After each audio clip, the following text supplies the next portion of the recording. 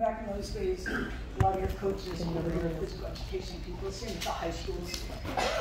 I just want to give a little, just a little remembrance would be nice if we kind of reflect on the fact of how fortunate we are to even be still walking on this earth. And nothing's guaranteed.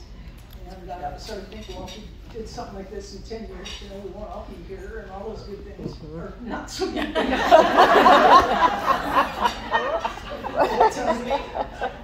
We had some exceptional people in Margaret Aiken and Chapel Arnett, and those of us that stayed in physical education, that really hit home with us as we went through, and we met people from other universities that they didn't have what we had. So we're very fortunate, and I just want to just give a little shout to them, and can you imagine if they could be here today? They would just be overwhelmed, and we could just they're here. They're here. So yes, hopefully we're hooking in with us right now. The other person who actually is still living, I want to give you a little catch up in her, is Alta Hansen. Oh my! Wow! Yeah, so Alta's birthday is next week, and so what I'd like to do at some point is kind of coordinate a little. If you want to write just a little note or a little card or whatever, I can share her address with you. She still has a landline. And I finally had a live conversation with her that I treasure. She didn't know who the hell I was. But I said I didn't expect her to remember me. I was her student. But she coached track and field for 7 years, and we had some exceptional track and field athletes during that time. And I had to laugh because you go to a national track and field meet, and if you were you finished high enough to be an All-American, they gave you a little handwritten certificate, and I found Sherry Strickland's in the files. Yeah, so I was hoping she'd be here so I could present it to her. But I'll get it to her. But I'll tell we were going to get her up here, but recently she had a few little strokes and that kind of thing. So when I called her, the phone rang. I let it ring like 25 times or something. She finally answered. I said, I'm from Western. I don't expect you to remember me. She goes, you know, she's kind of gruff. She goes, Western? That was a darky. It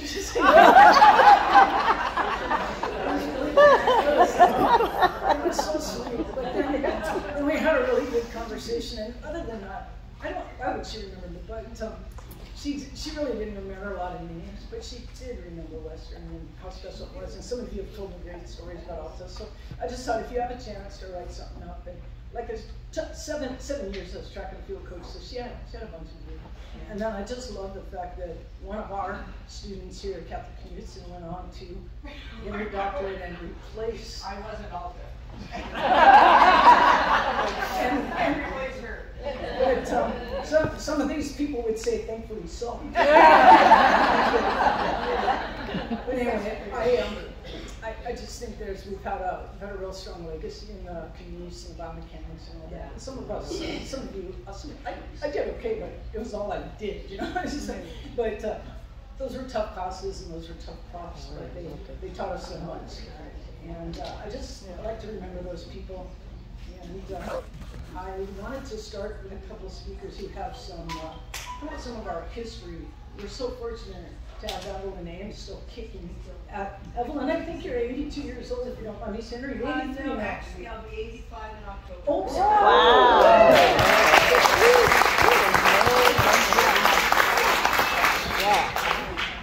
And one of the great pleasures of this process is I had several latte visits with Evelyn. She allowed me into her wonderful condo on Garden Street. She has not moved far from the university, and she gave me so many great stories and memories, and I'm typing away, and I finally said, do you mind if I turn on my recorder? I mean, it was just like, I just loved it, talking to history, and I would love for you to come up and do your little bit here. And to this day, Evelyn is still writing a monthly health blog, and she's all right.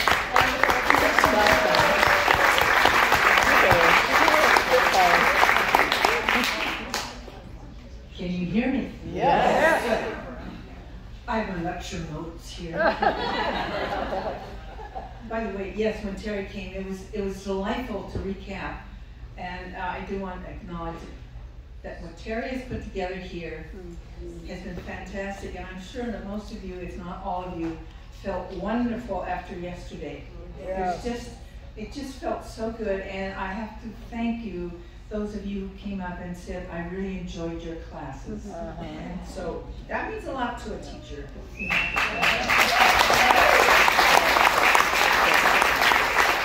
I wrote down a few things here so I would not get caught up talking about other things. And so, yes, I'm going to give a little history. And this is the department. I came in '64 and was assigned, you're coaching basketball. Okay, that starts in 1965, winter quarter. And we were practicing twice a week. And I said, we can't just do twice a week. We have got to practice 4 times a week. Now remember, we're practicing in gym D. Yes. There's a little story coming up later. And so we are in gym D 4 times a week, and if we were doing any playing in between schools, they were called sports days, right? And so we, I have to tell you that the first year we went to, I guess it'd be time to read this thing too. We went to Ellensburg. We stayed at the Antler Hotel in Ellensburg. I do not recall how we got there, but I do know I probably drove 1 van, and Lou Kilby, Emily Kilby, Dr. Kilby, who was a great teacher, but left to go to Beirut to teach there. But she drove probably the other one. Now think about the liability. So driving. But I found not too long ago, I was pulling open a drawer to get some coasters out, having company and a few drinks, and I came across a telegram. Here's what it says. And if I get to the light here, and it was sent to me, and it said, Western players, coach, and mascot Kilby. So she, and it said, care of Miss Ames, personal delivery only, at the Antlers Hotel in Ellensburg. It said, it doesn't matter if you win or lose, it's how you play the game, A. Now I'll explain that A, because when I came here to Western, I picked up that Canadian A. And they teased me about that. And then it said, rots of luck from the 3rd string. Now some of you knew, I have names here, Judy B, if you knew Judy Bass, that rings a bell. And there's a Janice, a Judy L, and I think that's Judy Loudon. And then a Gail Durden, I think, a Stoker, Carol G, Joan G, KD, Gail M, and Willie Fu. Anyway, I came across that. So let me move on. So I was supposed to give 8 minutes. I don't think I can do that.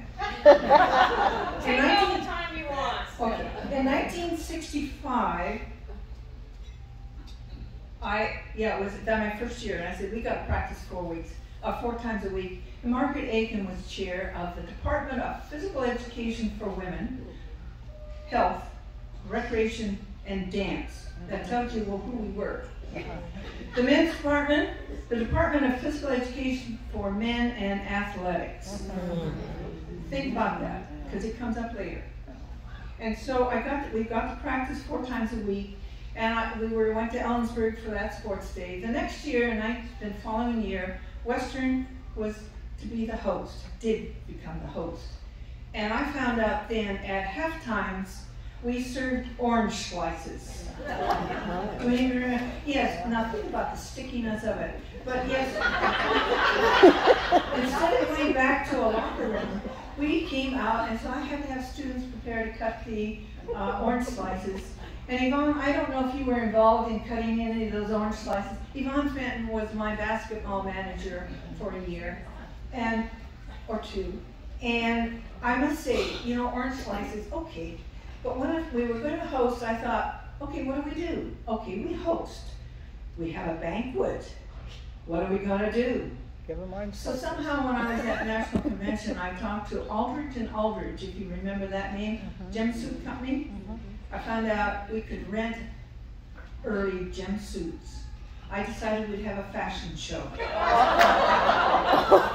I'm sorry to say I don't have any pictures. I don't know if Alda Hansen took any of them. It would have been wonderful. But I can describe one of the outfits with a lovely pink long sleeve blouse with a long skirt and a parasol. The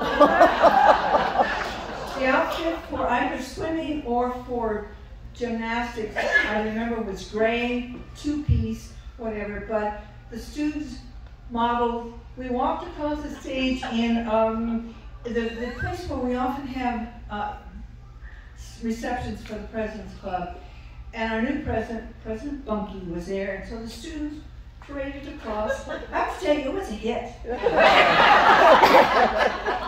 We needed $100, and the wonderful Margaret Aiken came up with the $100 to rent the outfits, but they were really something.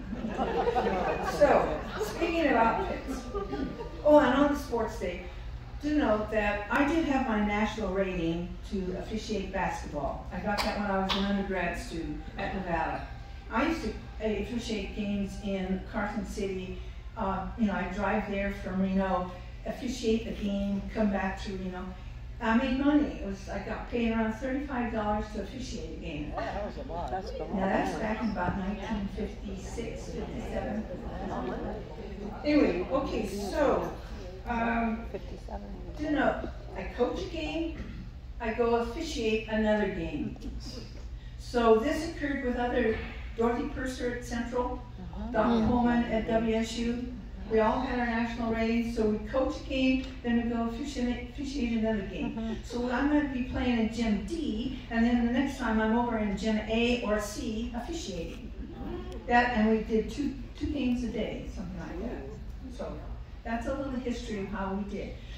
But around that period of time, a wonderful person that's still in the news is Donna Lopiano out of Texas.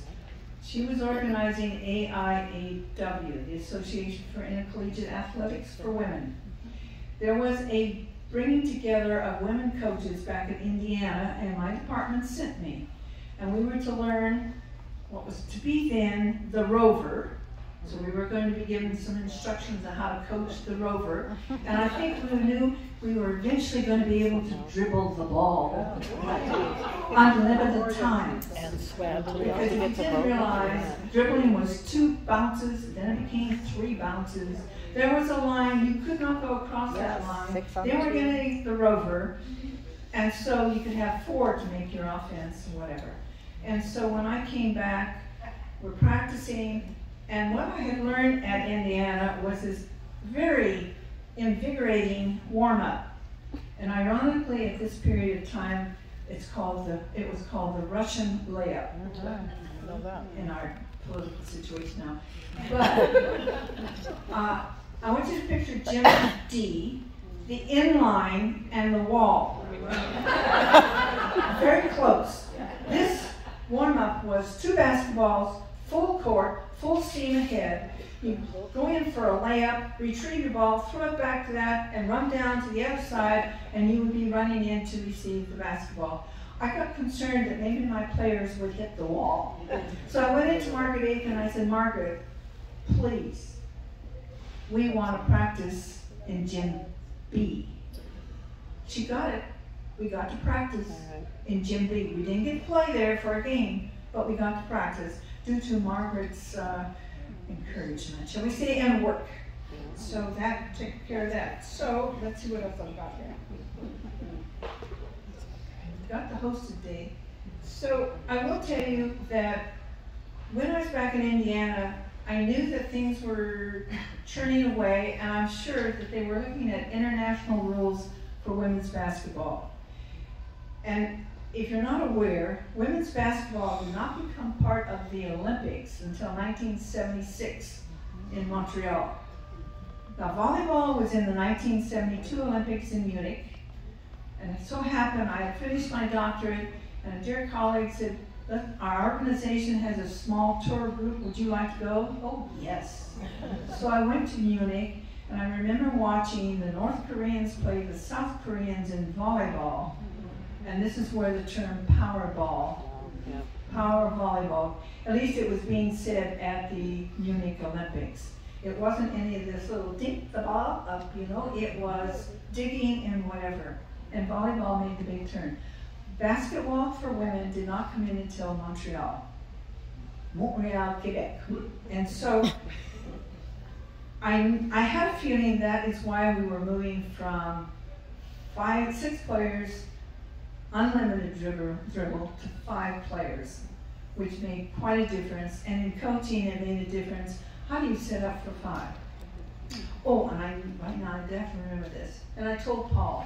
Last night Paul mentioned something about Linda Goodrich.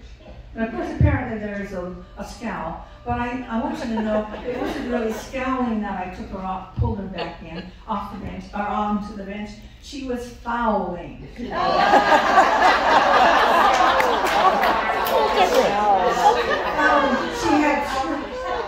Dorothy Purser was officiating our game, and she ding, ding. And the third one, I thought, oh my God, Linda's going to be off the floor.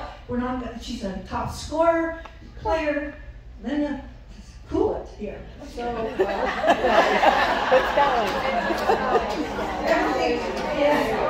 I want to mention about, if you remember last night in the video, for the uniforms, and the first year the uniforms were like this: white shorts, not real tight, and a sort of a midi blouse that looked like the Navy midshipman had the blouse. And you know how I'm sure you remember, some of you, how we identified each other. You put on a penny, and you tied that penny and you had a number on your back. Yeah. And after a few years, I thought, we gotta spiff this up. Because I have to tell you, in my department, we all wore street clothes. And if I were to walk across campus, we wore street clothes. We did not wear our shorts. Margaret Aiken and Chapel, Margaret in particular, you dressed to come to campus. So, anyway, we had to do something about these uniforms. So if you remember, near one of the pictures, it was a white top with a nice number on it. And if you didn't notice the shorts, they were very slim. They were sort of a powder sky blue.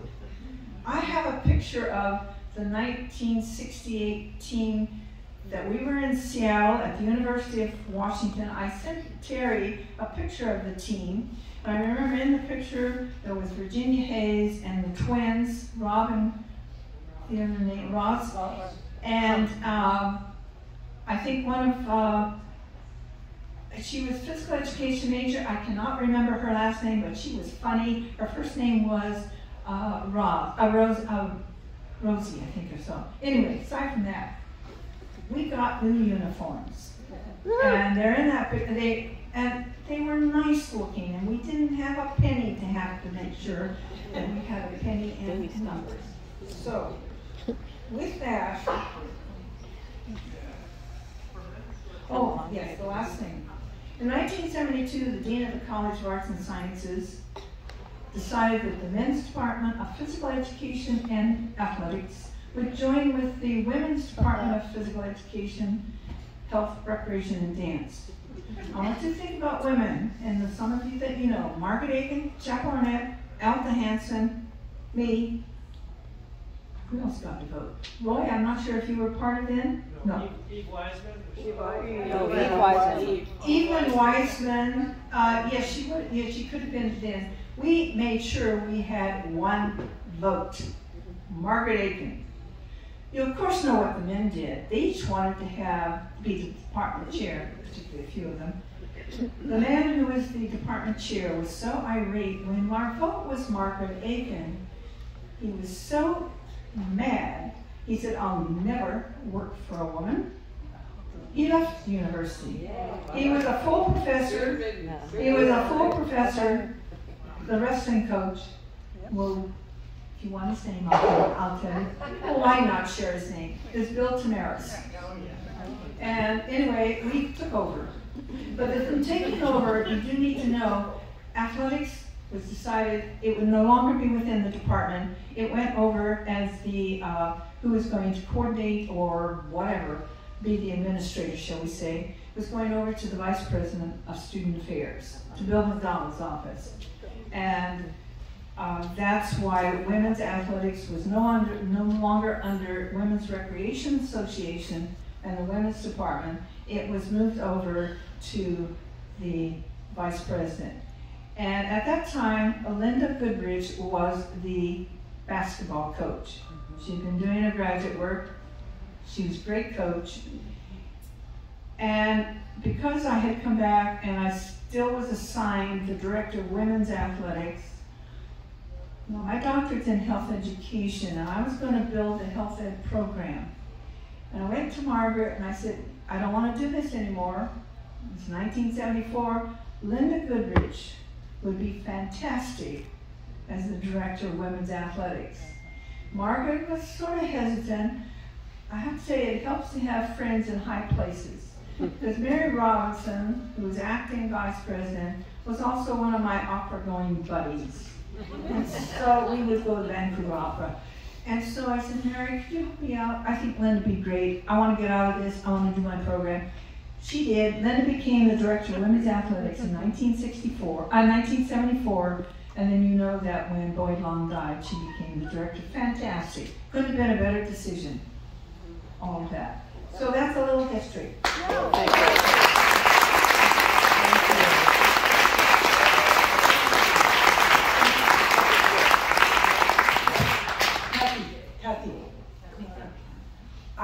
I was remiss in not mentioning Eve Wiseman. Yes. Many of Yes. you just love. She also coached some field hockey. And Joan Armstrong, who coached some of you in field hockey. And Judy Bass, I think Evelyn did bring her up. So my apology, because they were all very, very influential on a lot of our people. As I said a little earlier, student, tremendous athlete. Just because of her birthday, she didn't get the credit that she deserved, as so many of you did, just because of when you're born, right? So sorry. I know some of you are being acknowledged for your athletics involvement for the very first time in your life history, and I could tell by some of the comments you were making. It's just, we got a little bit, those that came in my year, but those there were like just prior to 70s and all, they got nothing. And until yesterday. So I just, if you'd come a few years later, you know, we'd think you were even better. Now we've got this. But I love the fact that she not only played for us, she's also smart. And she went and got her PhD, and she came back and she taught for us. So she continued to influence generations to come from Western. But she also coached for us. I don't know anybody else that did that. You're the only one that's got your doctorate out of this group? Come on. So anyways, Kathy Knutzen.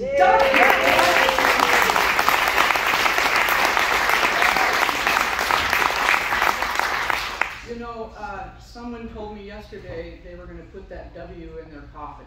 I'm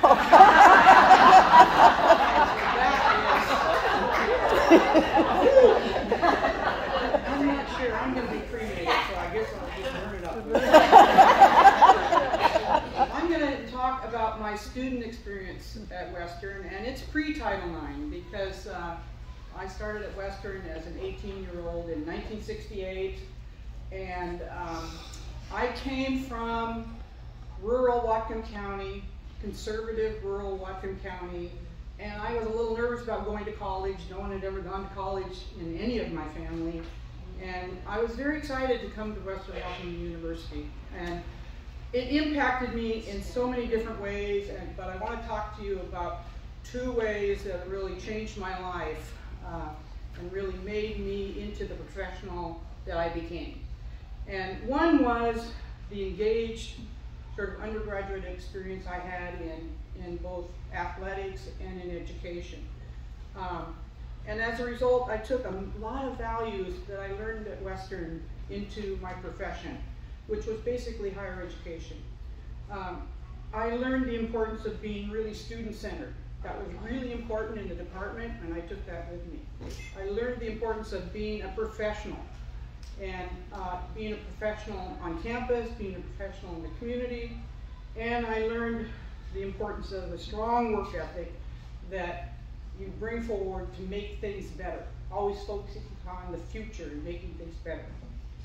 You know, I participated in athletics nonstop. I did everything, middle school, high school, and you know I won the award yesterday for having those things that, you know, around the place. So, you know, in high school we didn't have any competitive league. The males did, but the women, we got together for play dates, and we had little get-togethers where we would compete. We didn't practice much. I don't remember doing that. But the reason I had so many sports that I participated in really was related mostly to my freshman year, because when I got to Western in 1968, I learned that I could turn out and participate in every sport, and so I did. In fall quarter, I played field hockey and volleyball. In winter quarter, I played basketball and badminton. In spring quarter, I did track and field and softball. So there you go, there's 6 on the list. After that, they started saying, no, you can't do that anymore. One sport would practice on Monday, Wednesday, and the other sport would practice on Tuesday, Thursday.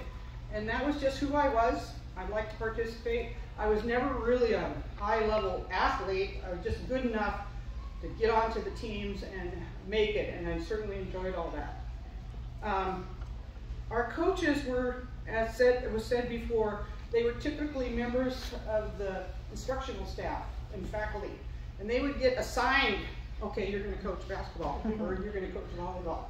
And some of them did not have the expertise, or they may not have even played that sport before, I don't know. And I was assigned a sport. When I came back from graduate school, they said, oh, you're going to coach volleyball. Well, you know, volleyball really wasn't my best sport, but I did it, and actually had a lot of compliments from some of my volleyball players yesterday. But I was happy to hand off volleyball to Paul Clinton to bring a little bit more expertise to the game, and that's just how it was. All of our coaches really, some coaches had a level of expertise, but most were just teachers in the department. And there were a lot of part-time teachers, so they came and went. So one year you'd have one coach, next year you'd have a different coach. It's sort of rotated like that. You know, across the sports, we played most schools in the region, and including all of those that ended up in the Pac-10, the big schools. And like Paul Madison said, you know, we beat some of them. And I remember, well, I'm not going to tell you that story.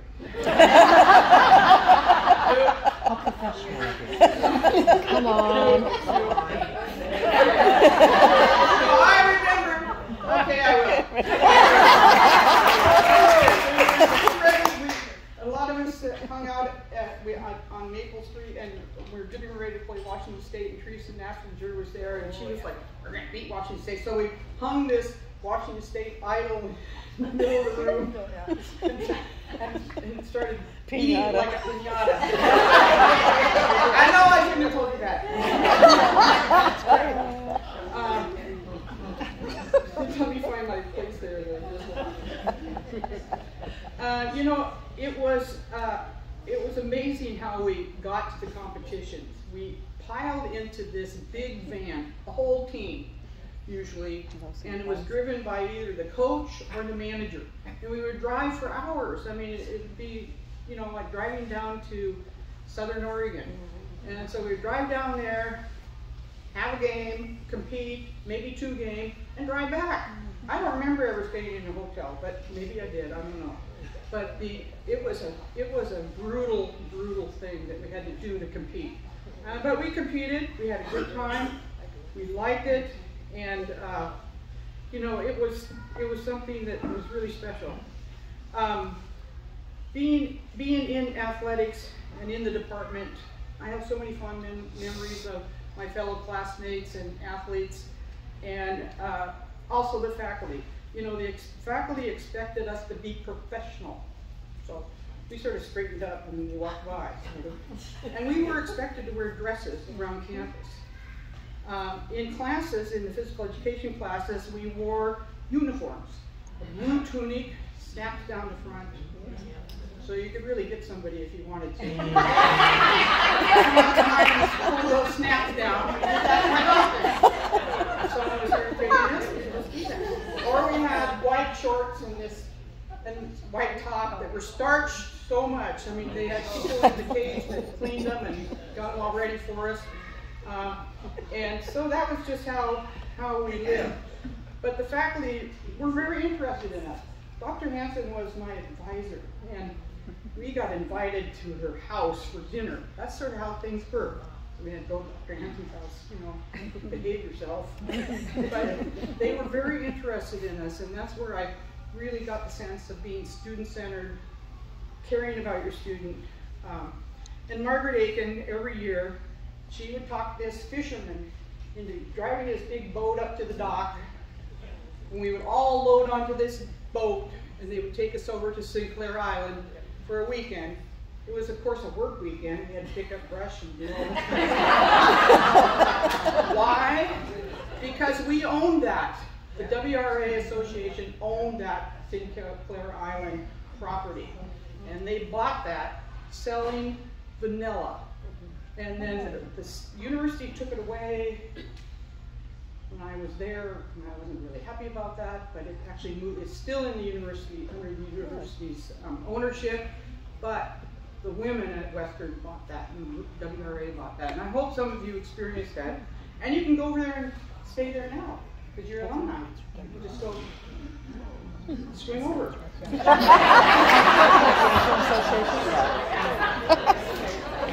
know, after I graduated, I taught high school for 4 years. And when I arrived at my first job, I saw students playing soccer with a volleyball. And I thought, boy, I'm going to look really good here. You know, and I realized that teaching in high school, and actually I realized that teaching and coaching was not going to be my lifelong thing. And so I decided that I was going to go on to graduate work. So I came back to Western, and that's when I coached volleyball. And I was just getting ready to move on to a doctoral program when Alta Hansen had a big fight with somebody in the department and told them all to stick it, and she resigned. So, that's who Alta Hansen was. I admire that woman like a great deal, but I don't know what the original thing was, and I don't really want to know to this day. But I actually became the recipient of a pretty great offer that scared me to death, and they said, well, why don't you take it? You can teach biomechanics and kinesiology for a year. That's sort of like, why don't you just coach volleyball? So that, you know, that's sort of what it was. So I did. I was asked to fill in and teach biomechanics and kinesiology for a year, and I was still there 35 years later. So, you know, there was always tension between the men and the women when I was an athlete at WWU. But of course the men always had more. But you know, it really didn't affect me much at that time because I was just used to that. It was just, you know, something we had in high school, and I didn't really think of it. But I really give a lot of credit to Linda Goodrich because when she came in 1971, I played on one of her teams in '72, but she just said, no more of this, we're going to do this right. And she started talking about full-time coaches, pay for coaches. It took a long time to get anywhere with any of that, but she really started that and started changing Western's athletics for women in a very significant way. And I give her a lot of the credit for that.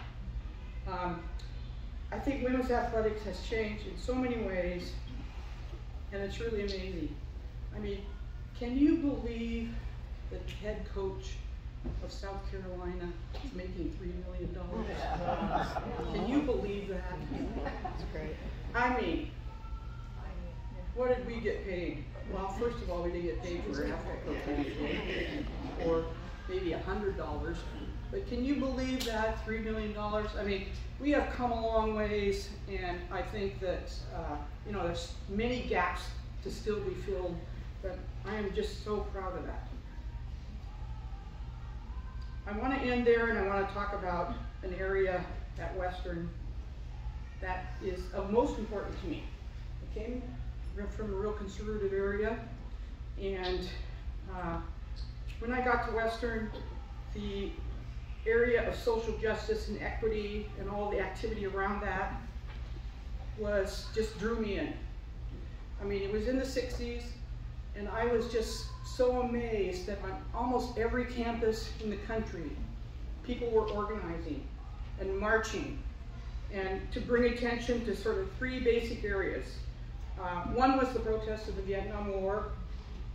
Most students didn't like that.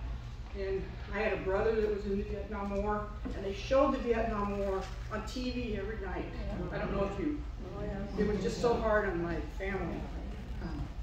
Women's rights and racial equity. Those three things, it was a movement I have not seen since. I know we see marches on Washington, D.C., nothing like we had in the 60s. It was such an important time, and I was so glad to be a part of it. It impacted all of you in many ways. You know, when my mother was born, women couldn't even vote. When I was attending Western, women could not go down to get a credit card without having their father, brother, or husband sign for them. Couldn't buy a car, couldn't run in a marathon, couldn't be on the Supreme Court, couldn't be an astronaut, on and on and on and on. But because of the action that happened on every campus, I was so proud to be a part of that. And I was so proud of it that Western was a part of that. And we marched down Indian Street, protesting the war, protesting racial or gender discrimination. It was just so meaningful to me. The campus was a unique place. No one would ever recognize it today. Men and women both wore their hair down to their shoulders, except for the male athletes who had buzz cuts. You could pick them out quite easily. You know, I did not burn my bra, but I did have a poncho and a great big huge red hat with buttons all over it, peace buttons and no war and equal rights and women's rights. And I think these protests had a really meaningful difference in the legislative action that followed, because you couldn't ignore them. They were on every campus, in every city, and it was such a vibrant time. And people wouldn't believe that Western looked like it did. You know, Red Square was just full of people selling stuff. People were smoking all over the place. You know, it was just a different place than what it is today. But I think coming out of that, Title IX came out of that. You know, we passed the Equal Rights Amendment in '64, and Title IX came out of those protests. Also, we had different acts that followed along with Pregnancy Discrimination Act, Age Discrimination, People with Disabilities Act came a little bit later than that. That all came out of that 60s, late 60s protest. It was so meaningful. It was so meaningful to me. But my biggest disappointment was, and still is, that we could not pass the Equal Rights Amendment. That was so tacky. I mean, basically, in 1970, we passed the Equal Rights Amendment in all the legislative bodies, but we had to get 38 states to agree to it. Do you know that just recently, the 38th state approved it, and they still won't let us go back and approve that? What does that say to us? The Equal Rights Act, this is where everybody, all the women were burning their bras over, but the Equal Rights Act says that men and women are equal. That's all it says. It's just not it's not a big thing. So I'm so bothered by that, and I hope you are too, and that we always will work for, you know, equality. I mean, it's just ridiculous that we haven't been able to pass that. You know, Title IX was considered a really big thing when we passed it. Oh boy, we got Title IX. But, you know, it still hasn't fully gone into effect. It finally started to go into effect when there were some big lawsuits. That's the only thing that brought people's attention to it. And so there's still a gap, and it's something that I have to continue to work on, and it really is important.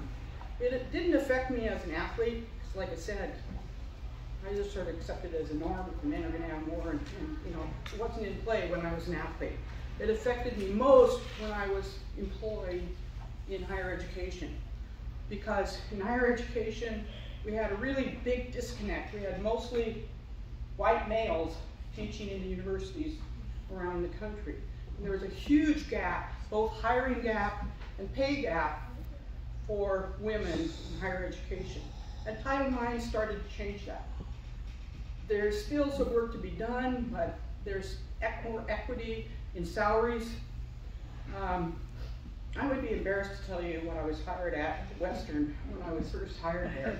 And my salary was so far below the males.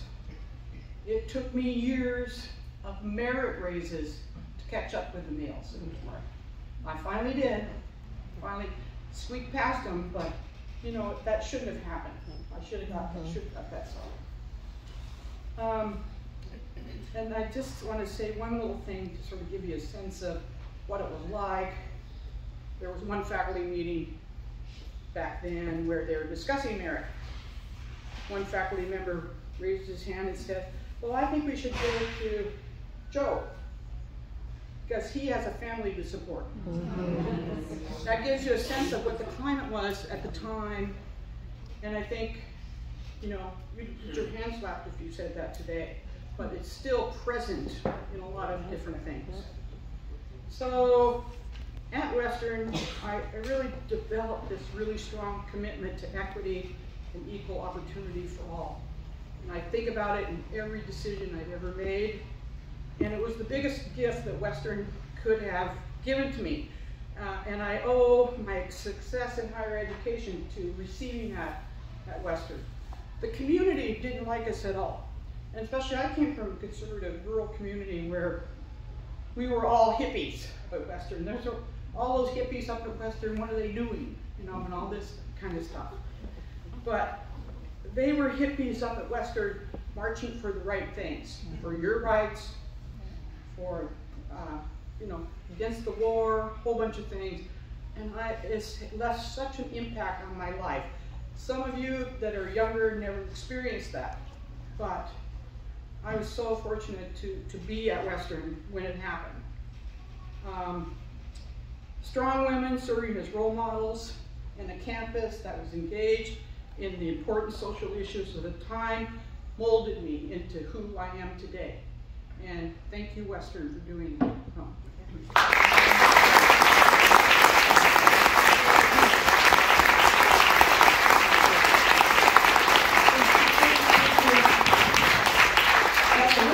Kathy, I'm so glad that you could share with us today. And they are our esteemed royalty of the department. The rest of you speakers, stick with your time, okay? It's okay. Kathy walks in yesterday. I told everybody I'd give them about 8 minutes. Kathy, I always see her as kind of stoic. She walks in, I'm down at the, she walks in the door and I said, Kathy, I'm glad you're here. I'm so glad you're speaking tomorrow. She goes, I got 10 minutes. Thanks to you both. That's exactly what I was hoping for, is that perspective. I could have asked 50 of you to come up and share a little funny stories and anecdotes, but our history is what this is about. So I thank you both so much. We appreciate you so much.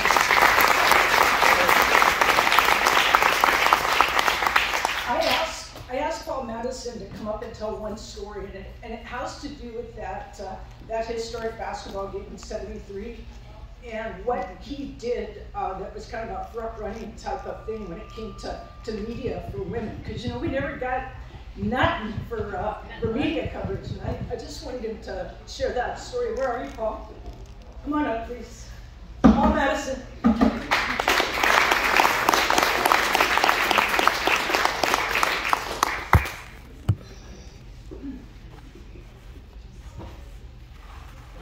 Going to talk about that. You have 8 minutes. I don't have a watch. One, Kathy Knutzen, thank you so much. That was incredible. Perfect. I want to say thank you to all of you for making this one of the most incredible, impactful weekends of my life. I appreciate it. And I appreciate you letting me be a part of it.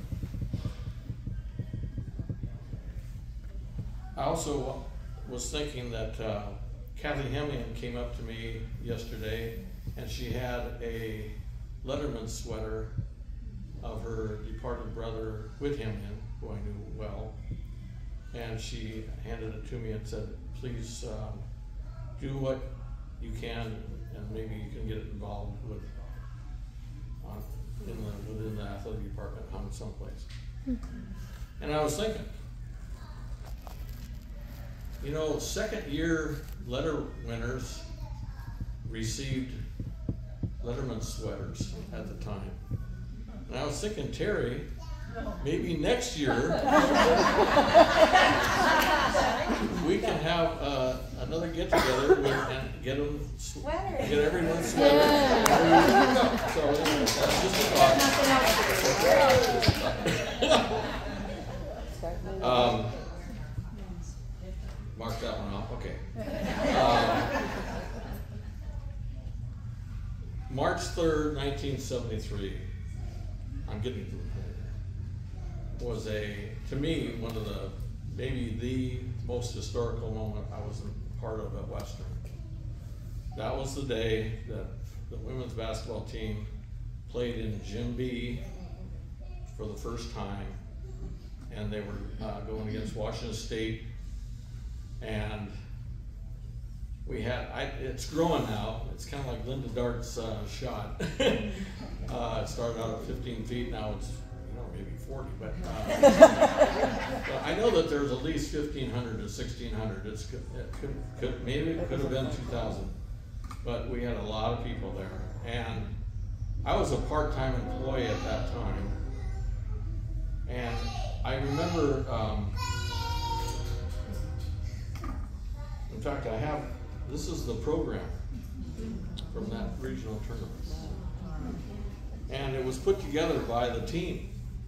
That's the way things work. It was put together by the team, and you'll love this. The team actually, here they're trying to win the tournament, but they're also in charge of about everything. General chairpersons, Chris Carter and Alice Texter. Banquet, Trena Page. Cleanup was Pat Lewis, and then you had Kathy Dooley was the equipment. We had Kathy Hemian handled the facilities. We had, and Wendy Hawley handled the recreation, and the refreshments, and this, in memoriam, Peg Bullock. Remember that name? Yeah. So they were doing all this type of thing, and I was basically almost like a spectator, because at that time, getting anything into the Bellingham Herald about women's sports over a column inch was basically impossible. Just like now, right? Yeah. Just like that. So it was amazing to watch that game, and as I watched it, I thought, this is something. 3 points was the biggest difference the whole game. And they had Jennifer Gray, the big 6'6" center, and she had like 23 points. And then we got like 13 points from Teresa Nafstiger, who I wish it was here. And then and also from Kathy Hemian. And it was just an incredible game, and it just got down to the end, and we won it in the very final 30 seconds, and it was amazing. I remember Linda Goodrich telling me one time, I knew we had arrived when she saw a male student going bonkers after one of our baskets. So I knew we had arrived, and that was kind of what made it historical and to me. Now, I know recent article that Sherry Stripling, she had different thoughts about that. And I can understand that. I can understand that you people would have different thoughts on it than I would. And for her, it was a progression. It was something that was that needed to happen, but it had been a progression, and that there was more to come. And with me, it was almost like the Big Bang Theory. It was like, oh wow, this is amazing. So I remember I started keeping a little play-by-play and keeping the numbers. And after the game, I thought, well, I'm going to go to my little electric typewriter and put out a story, and I'll take it down to the Herald and see what they do. And I did, and they actually used it. Wow.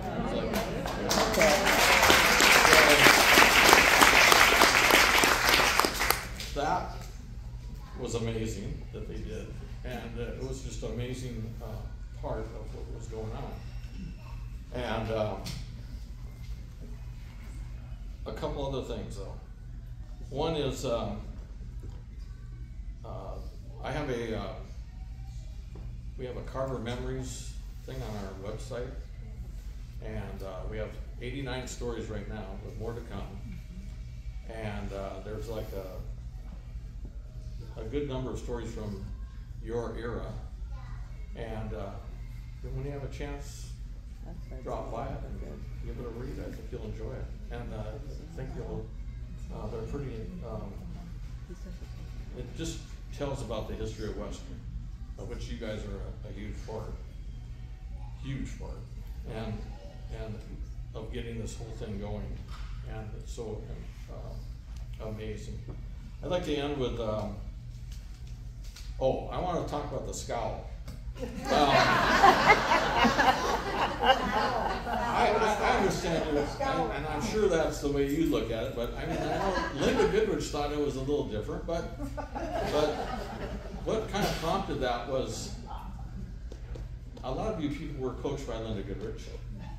How many remember the look? The look. Oh, yeah. And I know, as being one of her employees, I remember the look. I remember that I didn't want to have that look ever.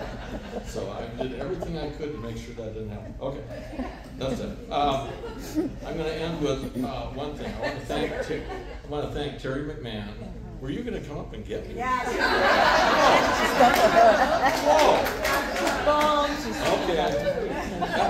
Okay. Terri, I've got a new nickname for you, Terri. It's called The Force. Right on. And I can tell you that I'm sure glad that the Force was with us for this event.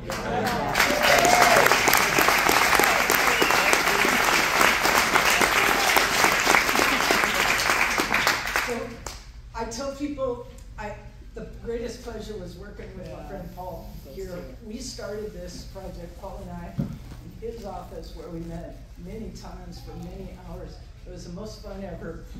I can count people who I think are universally loved on less than one hand. Paul Madison, you're the best. And I think.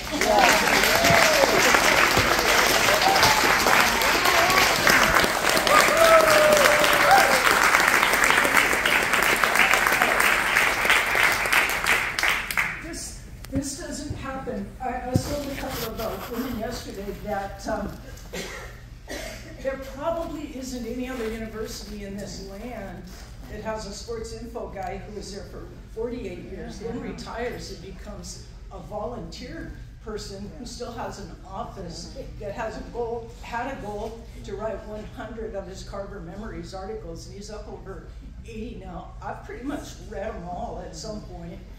And if you haven't been to the Western website, please give it a try. There's a link. It's called Inside Athletics, and it's got 1 million drop-down boxes.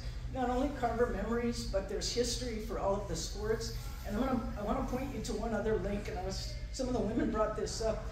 There's a link to our Hall of Fame. The only reason we don't have more women from our era in that Hall of Fame is because we haven't had more women from this era advocate to put people in. So as you drive home from here, start thinking about women who made good contributions. I know it's tough at that time because we didn't have a lot of stats and that sort of thing, but you know who your good athletes are, you know who your good contributors are. There's multiple categories. Some people have gone on to do things that, you know, were good and representative things for Western and on and on and on. So take a look and let's start being advocates for each other. You know, the men, they gladly put the other men. Men have networked for years. There's nothing stopping us. We can all do a better job. And most of you are retired. You can give up a couple of Netflix nights and write up some stuff. I'm not kidding. Be advocates for each other, please. I just think we gotta honor some of these people. Washington State University did a really cool thing last fall in honor of 50. They put only women into the Hall of Fame. And I don't think every single one of them was from pre-Title IX, Title IX, but close.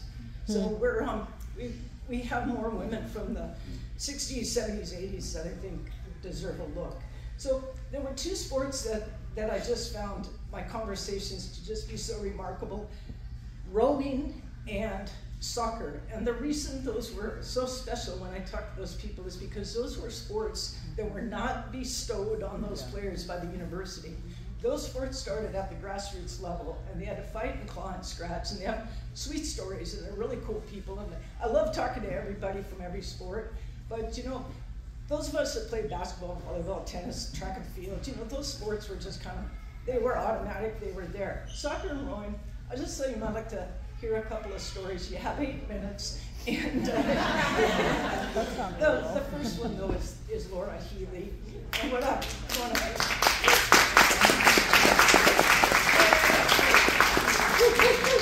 And what I loved about Laura, she was so touched by the idea that she wrote up a little one-page reflection that taught me about a history I'd never heard of, and I'd like you to hear about it too. So thank you. Thank you, Terri. Yeah. Well, hello everyone. I'm Laura Healy, and I'm here to talk about soccer, and as Terri put it, the humble beginnings of Western's soccer team. So this is very personal for me, and sometimes I tear up, so sorry if that happens, but it's because I'm just so happy to be here and to have this whole weekend and everything Terri and all of you have done before us. Thank you for that. So I grew up, probably like many of you, running wild, playing with the boys, running, climbing, jumping, swimming, just really being comfortable, physical in my body, and the joy that gave me just to be able to be strong and fit, and you know, I felt like I could do anything as a young girl. And then the time came in my life, and maybe many of your lives, where we young women were taught to stand aside and cheer for the men and become young ladies and kind of give up our wild running free ways, and it felt really to me like a loss. Like a great loss, and that went on for a while. And then in 1973, right after Title IX, a friend of mine, so I was 16 at the time, a friend of mine's father decided to coach a rec team for soccer for you know, a group of young women, and I just fell in love with soccer. It brought me back to all those memories and all that freedom I felt as a girl running wild. So I'm sorry I'm emotional, but whatever. So when I came to Western in 1975, I never even thought like I should check to see if they have a soccer team. I mean, I don't think we necessarily thought about that, but I knew I loved soccer, and so I came up here and got into my dorm room, and lo and behold, wonderfully randomly assigned to me was my roommate Cindy Landrud, who's right here before us, and she too had played soccer prior to coming to Western. And she played on the boys' high school team, which was, you know, amazing in itself. So she and I were like, what, there's no soccer? So we turned out for the men's team, and we went to practices with the men's team, which I don't remember them being mean to us or anything. It was fine, but it was pretty clear to us that they were a lot better soccer players than we were, you know, and that we would never get any game time, and we needed to work on something else. And we met a male soccer player. Name was Paul Stenson, and he was here yesterday. We all got to see him. We have had so much fun reconnecting. Thank you for that, everyone, because it's been beautiful. But Paul was here, and we met him on the team, and he was a little bit older. He'd been in the military, he'd come back to school, and he was just this kind spirit. And the three of us, Cindy, myself, and Paul, all decided that we would start a women's soccer team, and he wanted to coach. So we went back to our room, and we took little pieces of paper, and we handwritten notes, and we taped them up on dorm room windows all around the campus. And, you know, if you want to play soccer, meet at this field, you know, next week on Wednesday. And women came. It just like came out of the woodwork. Everybody came down to the field. I don't know where I am in my notes anymore. I'm just going to keep talking. And you know, the first year, we just basically, you know, practiced skills. So the first season in fall, we just practiced our skills and scrimmage and learned the subtleties and the rules of the game and just played with each other. And then over the winter, we decided we should have some games. And so that spring, the spring of '76, we got on the phone and we called down to Seattle. We called SPU and we called UW, and we're like, do you guys have a women's soccer team? You know, the athletic department. They're like, well, no, but there are some women that play soccer every Wednesday on the field. And so we're like, can we get their phone numbers? You know, this is before answering machines and everything. And you're like, you got to connect with them. And so we called them, and we arranged our first game with Seattle Pacific University. And so our whole team went down to the Viking bookstore and bought matching t-shirts. And then we got in our own cars and we drove down to Seattle and we played this game, and it was in a field, it was spring, it was in a field, it was so muddy that the ball would just hit the mud and just stop. And everybody looked like, who's gonna go get it? You know? And the mud would be over your cleats. I mean, it was just so deep. And the game was over, and at this point in time, I can't remember who won. And it doesn't matter, because as muddy as we were, we all won. We all felt this thrill of something new, exciting, sharing this, you know, wonderful competition camaraderie together. And so that first fall of '76, there were just 3 teams, Western, SPU, and UW. And we just played each other, you know, like multiple times. And then here's where I have to go back, because there's some facts I'll have to remember. But over the winter, we again kind of retooled a little bit, and we got more teams involved. And we decided we needed to name our league. We called it the Northwest Women's Collegiate Soccer League. And actually, I should say over the summer, because in the fall of let me get my years right. The fall of '76, we had we named the league. We had more teams involved, so there were 6 teams involved. One of them was just a Seattle City league, you know, just to bring more teams into it. And so we had championships, and we won. Western Washington won everybody.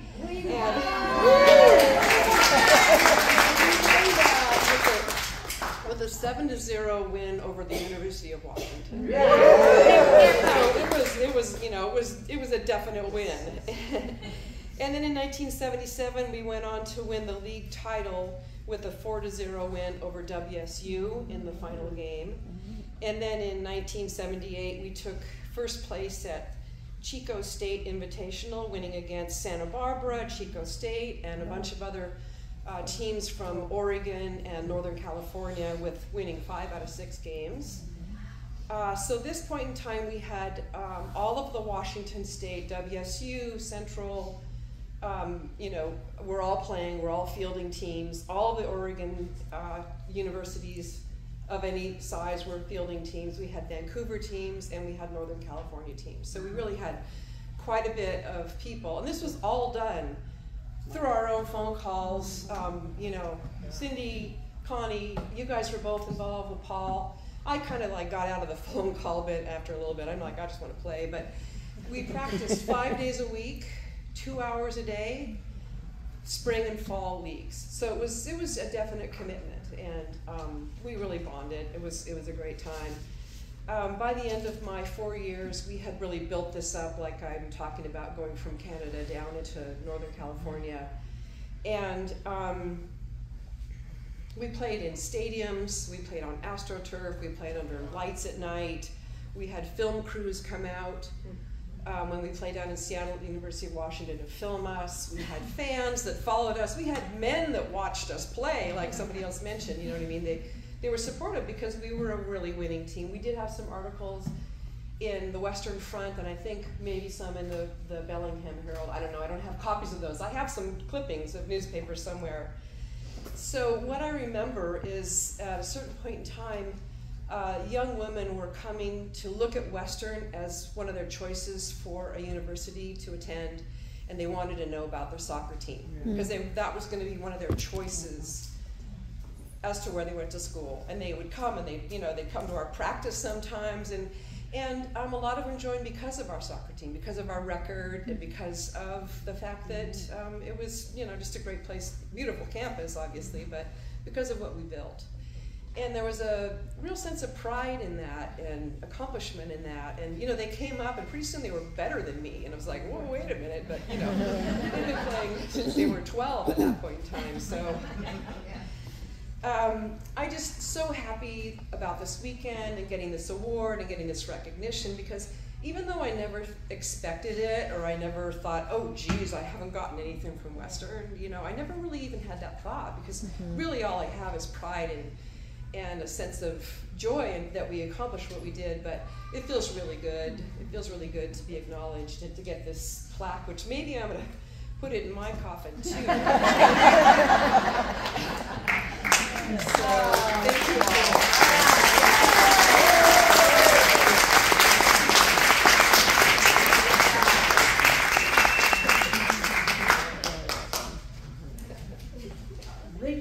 Rachel Mieux, come on up. This is our rowing representative who's gone on to an entire life of rowing. I was bugging her about some little tiny mundane thing last week, and then she goes, hey Terri, could I get back to you? I'm running the Pac-12 rowing championships. Sure. Oh wait, no, do I need to lower this? That's usually part of my shtick. I always lower it. Yeah, maybe. Okay. So one thing about the way I approach speaking is I'm usually the one just after lunch to wake everybody up, or the last speaker of the day, because I hope between you and drinks. So it'll be short. So I want to start with today, 2023. The women's crew is actually headed to New Jersey on Tuesday to compete for the NCAA Division II title.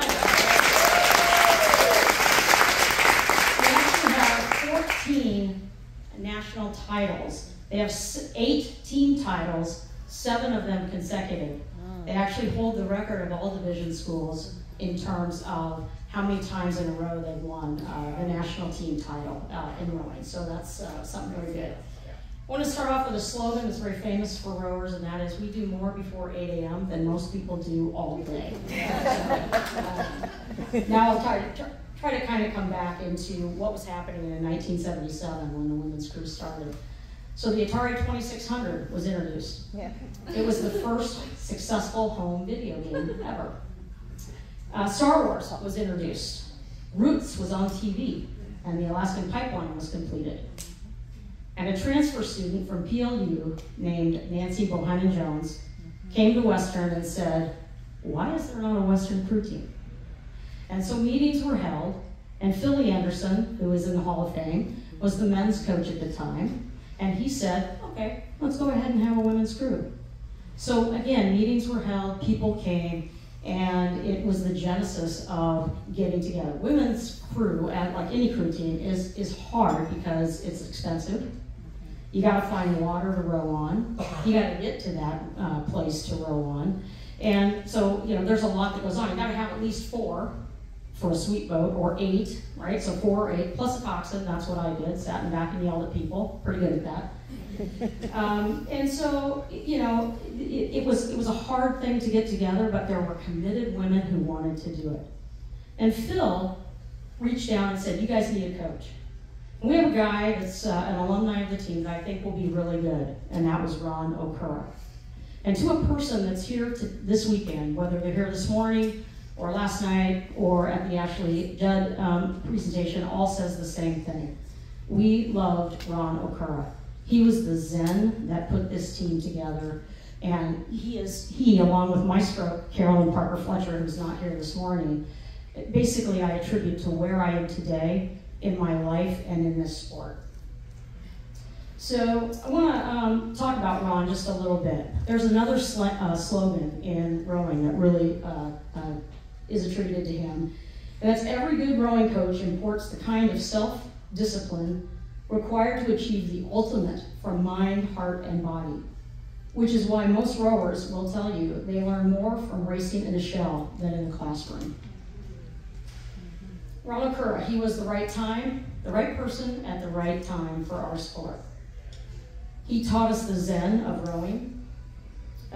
He was somebody who could basically describe the rowing stroke in a way that we got it the first time we ever put our oar in the water. My journey in rowing was pretty funny to me, and that is I was walking through Red Square. I came to campus, I wanted to play softball. And I show up at the first club softball practice of that year, and I look at everybody there, and then I look at me, and I went, well, that's probably not going to happen. I think I lasted an hour in turnout. So I'm kind of walking back to my dorm, and then there's this whole group of women who come up to me and they go, hey, come on over here, try this sport. I said, well, what is this sport? They said, oh, we're gonna pass this thing to you, and then you're gonna run as fast as you can and try not to get caught. And that was rugby. And I said, oh, I don't think so. So I continue walking, and I get to Red Square, and I'm walking through Red Square, and there's a lot of people, see, lots of stuff going on, lots of tents and whatever. There's this big, long, skinny wooden canoe thing. This big guy comes up to me and grabs me, and I'm like, what are you doing? And he picks me up, and he puts me in this long, skinny, red wooden thing, canoe. And he goes, okay, you fit, come to the meeting tonight.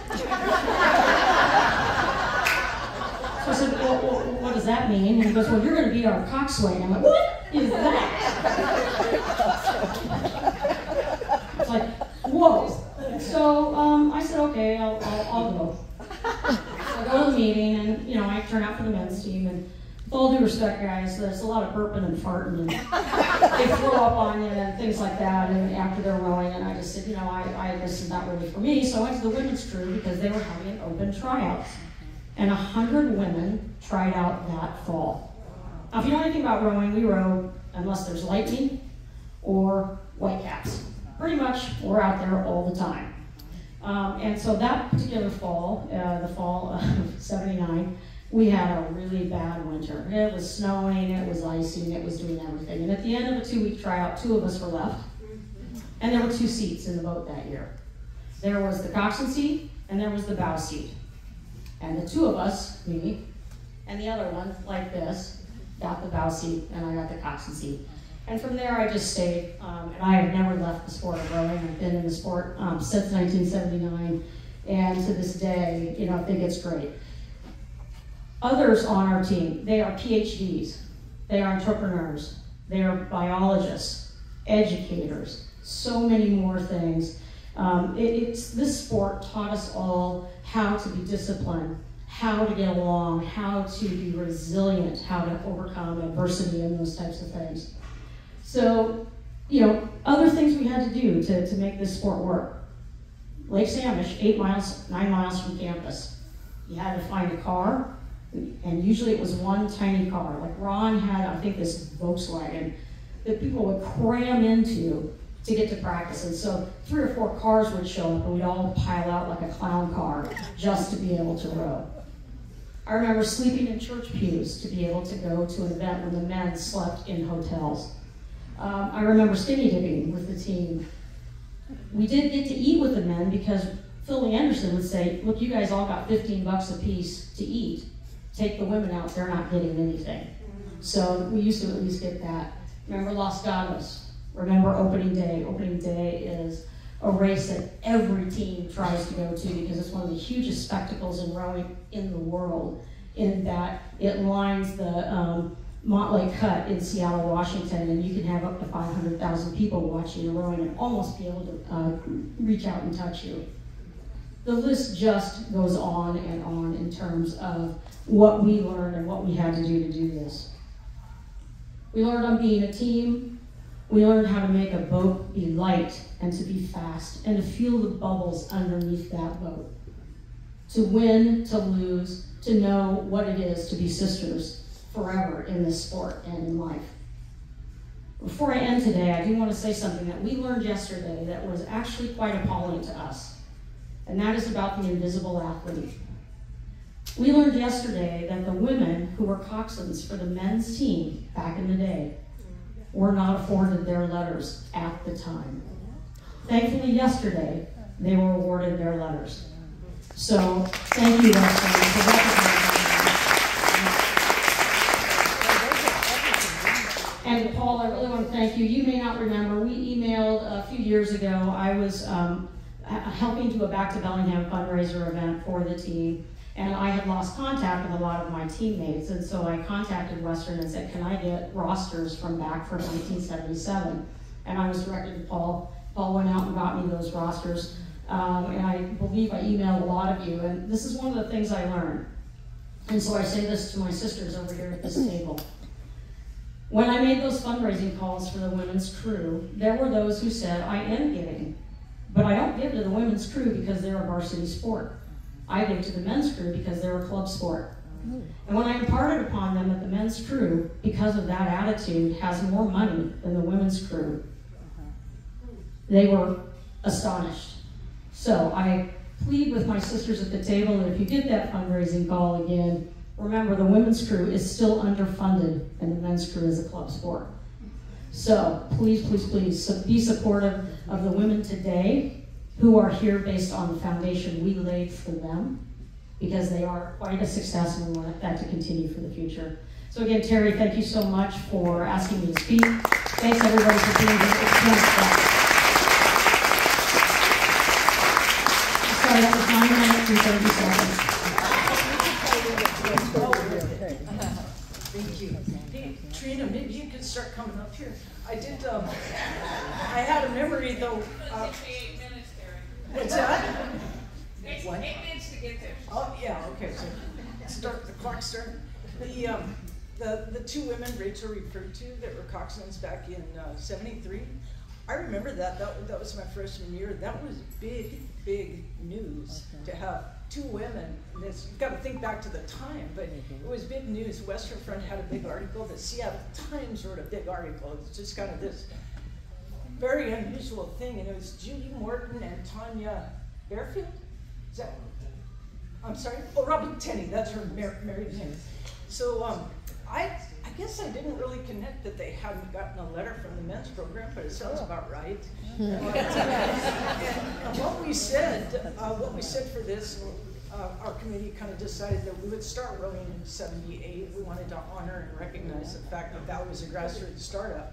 But I remembered those two women, and Paul and I talked about it. Paul has a great memory, and so we invited them, and one of them came yesterday, and that was a big deal to them. They were very much groundbreaking. And Paul, correct me if I'm wrong, but I think around the country that was groundbreaking, correct? So how could we not invite them to come? So it was pretty cool. So just wanted to share that with you. Trena, come on. I'm not going to talk at length about Trena Page because she got all totally honored yesterday by Adele, our speaker. And so I think you probably know her a little better than most of these people. But I've admired Trena for a long time. We went into the same line of work. I think we even played each other a couple of state tournaments and those kind of things. So here's someone that I think can share some really nice things about the connection between today and yesterday. Trena Page.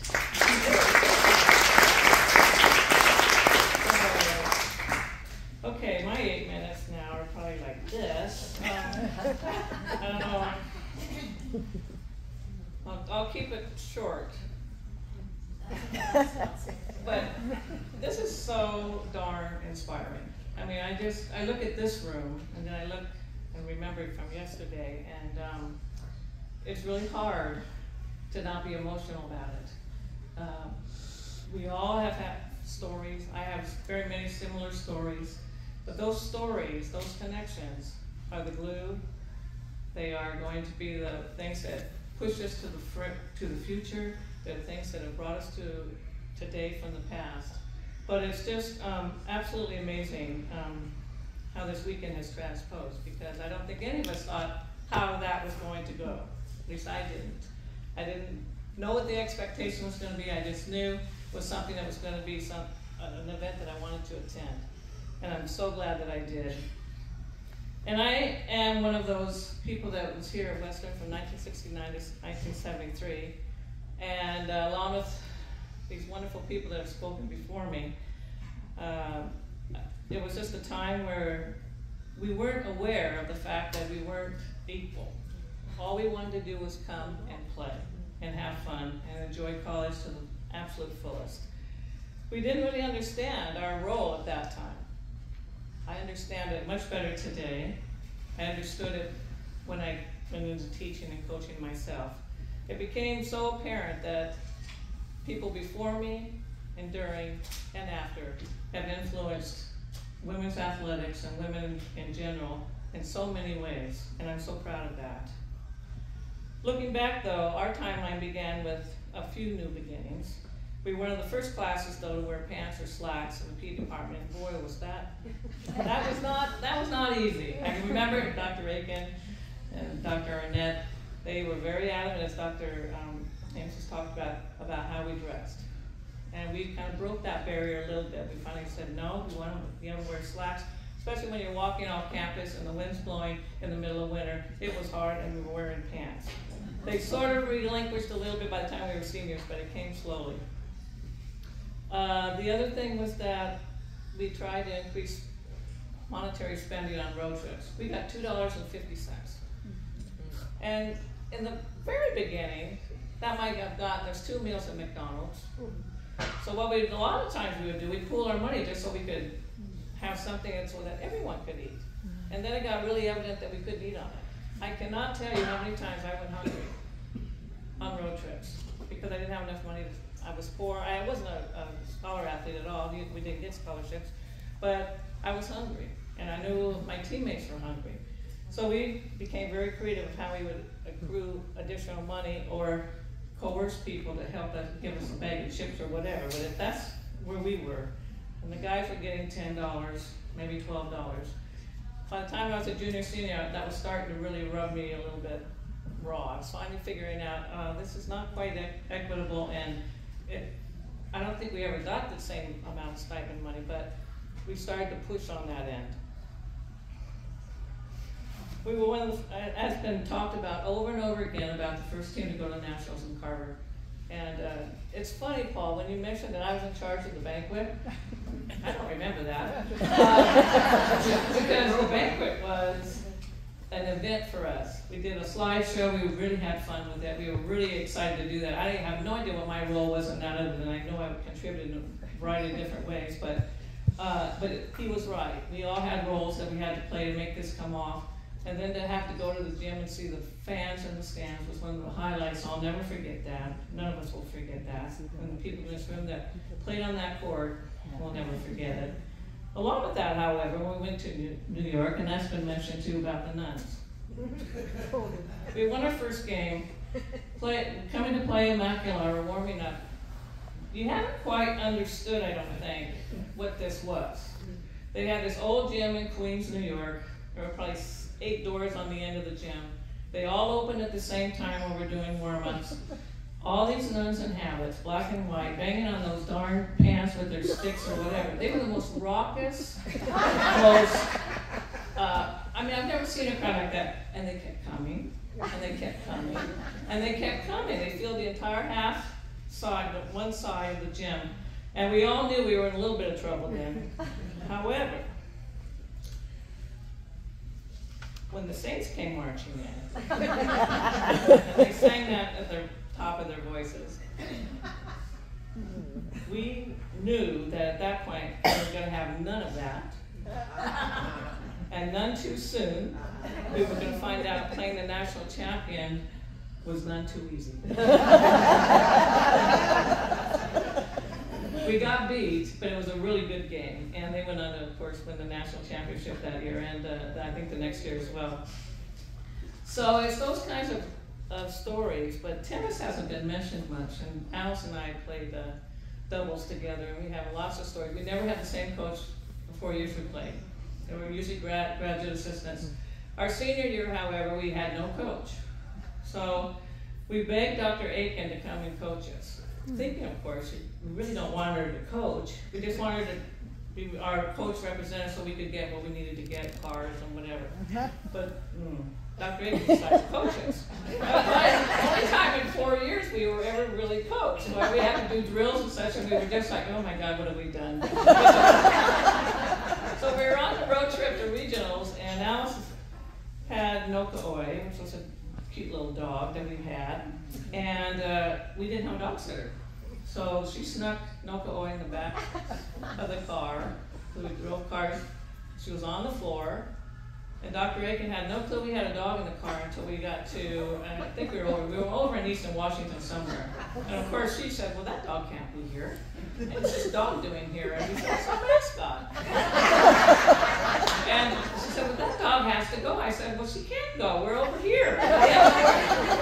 So but by the time we got home, she kind of had a little bit of I think, interest in our dog. And Noka-Oi was a great dog. She was well behaved, probably more so than the players that were in the car. The other thing that I'd like to speak to also was, Kathy, when you talk about the tunics and the cage, when we were working, when I was a senior, I worked in the cage all 4 years because I had work study, I had a national defense loan, I had no scholarship. I went to classes from 8 to 4, practiced whatever sport it was from 4 to 6, worked in the cage in between, and then tried to find room for studying. Didn't manage, but it was a long day. So I was in this yellow, I have no idea where I got this outfit. Yellow flowery top, yellow flowery shorts, and a big yellow hat. And I was a senior, and I was out and about, and I was supposed to come work at the cage for an hour. And I said, I don't want to change in that darn tunic and work in that. So I decided I'd just take a chance and work in my little outfit. Lo and behold, who opens the door to the cage is Dr. Aiken. She's showing people on a tour. She opens the door, takes one look at me, slaps, and marches away like and of course the next day the email came out about how we have to maintain da-da-da-da-da-da-da-da-da, and I said, gosh, I wonder if she's talking about me. And she was, of course. I have often wondered when I played field hockey how I ever got into that sport. Mainly it was because all our friends started to play field hockey. I'd never played field hockey ever. And then I remember a bunch of us went and played field hockey, and we kind of liked the game. And so those days were incredible because not only did we not have no idea how to play the sport except for maybe 4 people, we had a wonderful coach in E. Wiseman, and she just wanted people to come and play. And we would play all over, but I remember that darn ball and then muck and that, and then it hit you, it hurt. And I was like, why am I doing this? And the weather was bad, and then our goalie, Alicia Hammer, all she did was yell at you. I mean, she was just a tyrant. But it was those kinds of experiences that you go through and you just, as we've spoken to before, they build so much in character, they build so much in what you're going to face in the future. You don't know it at the time, but that's where your building blocks start. And yesterday, weren't you impressed with the student athlete speakers? Adele, where are you? Stand up there, dear.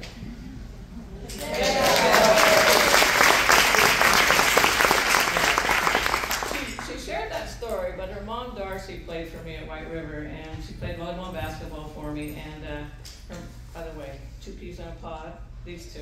I see so much of Darcy and Adele. And the story was that she called and she she came to my induction at White River, and I spoke a lot about Title IX and how important it was. And those girls of the 80s, when she played, they didn't realize that they didn't have the opportunity to be on the center court. I had to advocate for all those kinds of things for them too. And she called me and said, you know, my daughter's up at Western, and she's doing this Title IX thing, and she thinks you're going to be there. And I said, yeah, I'm going to be there. And she said, well, I've sent her all this stuff, and I want her to talk about you, and I want all this stuff to be done. I said, well, and I got to thinking, well, that's kind of cool.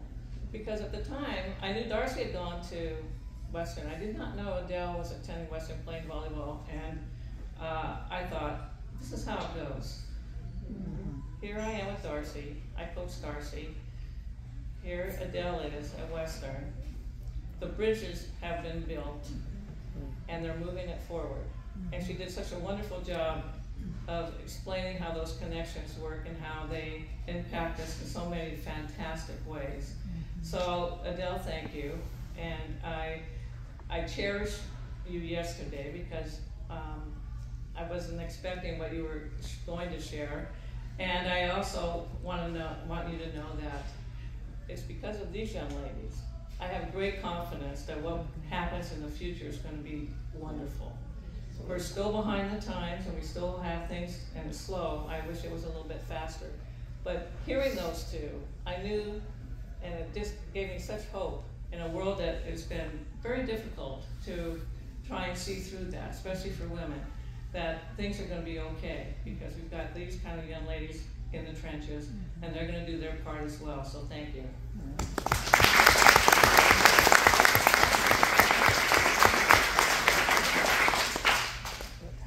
I was trying to.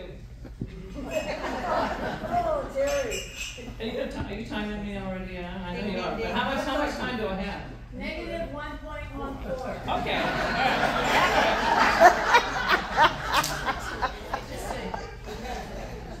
I've kind of gone off of this script here because everyone's just been telling stories and that, but I just, at this point, really, Terri, this is what I'd like to say to you. I'd like to say thank you for your unwavering and passionate effort to make this weekend such a success. You were instrumental in making dreams come true, showcasing the historical success of Western, the women's sports and athletes, recognizing the impact and the significance of Title IX, inspiring new and older athletic participants, and finally, recognizing those that have paved the way to today. So thank you so very much.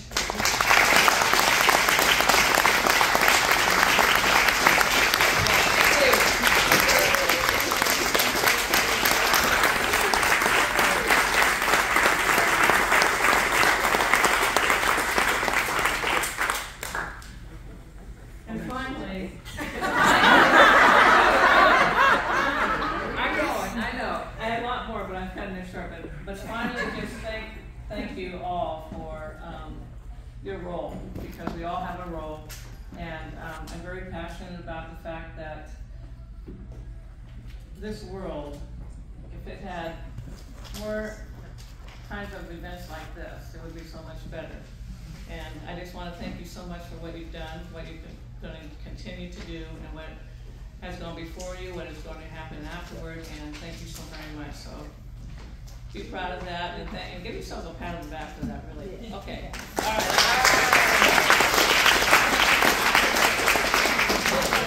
All right.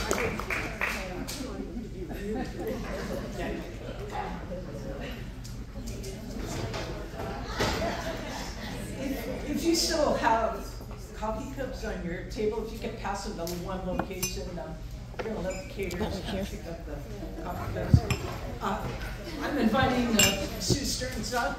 I wanted somebody who had wanted one of the Canucks to come up and tell a little bit about their experience. Sue was volleyball and track and field, one of my teammates, very talented individual. Sue Stearns. Thank you. I texted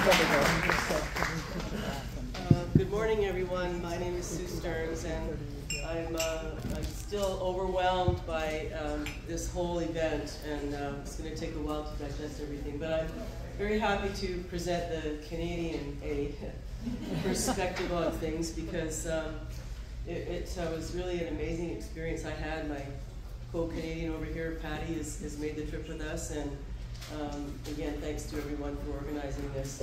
I guess, first of all, how did we get here? In 1974, I graduated from high school, and my track and field coach, Ken Taylor, had been a student here in 1968, 64 to 68 on a track scholarship. And so he was kind of the reason I came down here. And in 1974, the Canadian dollar was actually worth $1.03. So that was a motivating factor. And also, there was no out-of-state tuition fees, so it wasn't a financial restriction. Plus, I came from a family of 5 girls with a single mother, and university and post-education was not really, something that we really knew about. But Ken Taylor had said that this was a great sports school, and that it was also a teacher's specialty school. And at that time, I hadn't thought about becoming a teacher.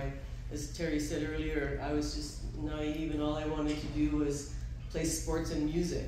That's all I really cared about. So when I came down here, I think my mom and I guess, came down and met with Paul Madison. I believe we went in and met him, and I got a tour of the campus, and so I signed up in 1974. And when I looked at, I was only an average student, or maybe less than average student, academically. So I looked at the course selection for first year, and I saw all that general stuff, like English and humanities and communications, things like that, and the art of listening to music. I went, really? I can get a credit for going into the student lounge and play records with headphones and get credit for this? So I said, wow, and then I could take volleyball and all these other sports and get credit for it. So I thought I died and gone to heaven.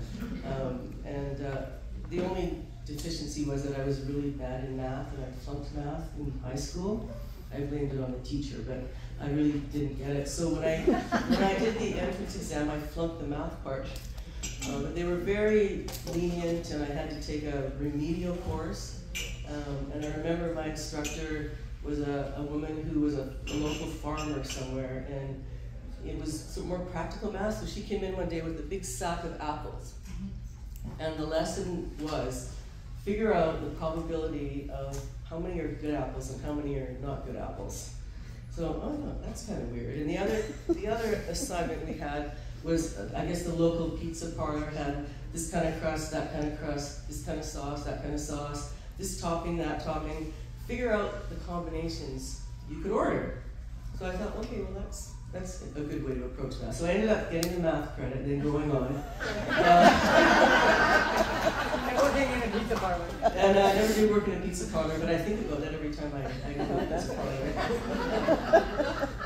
So as a Canadian, a Canuck, and again that year because of the tuition and just it was so close, so close to come down.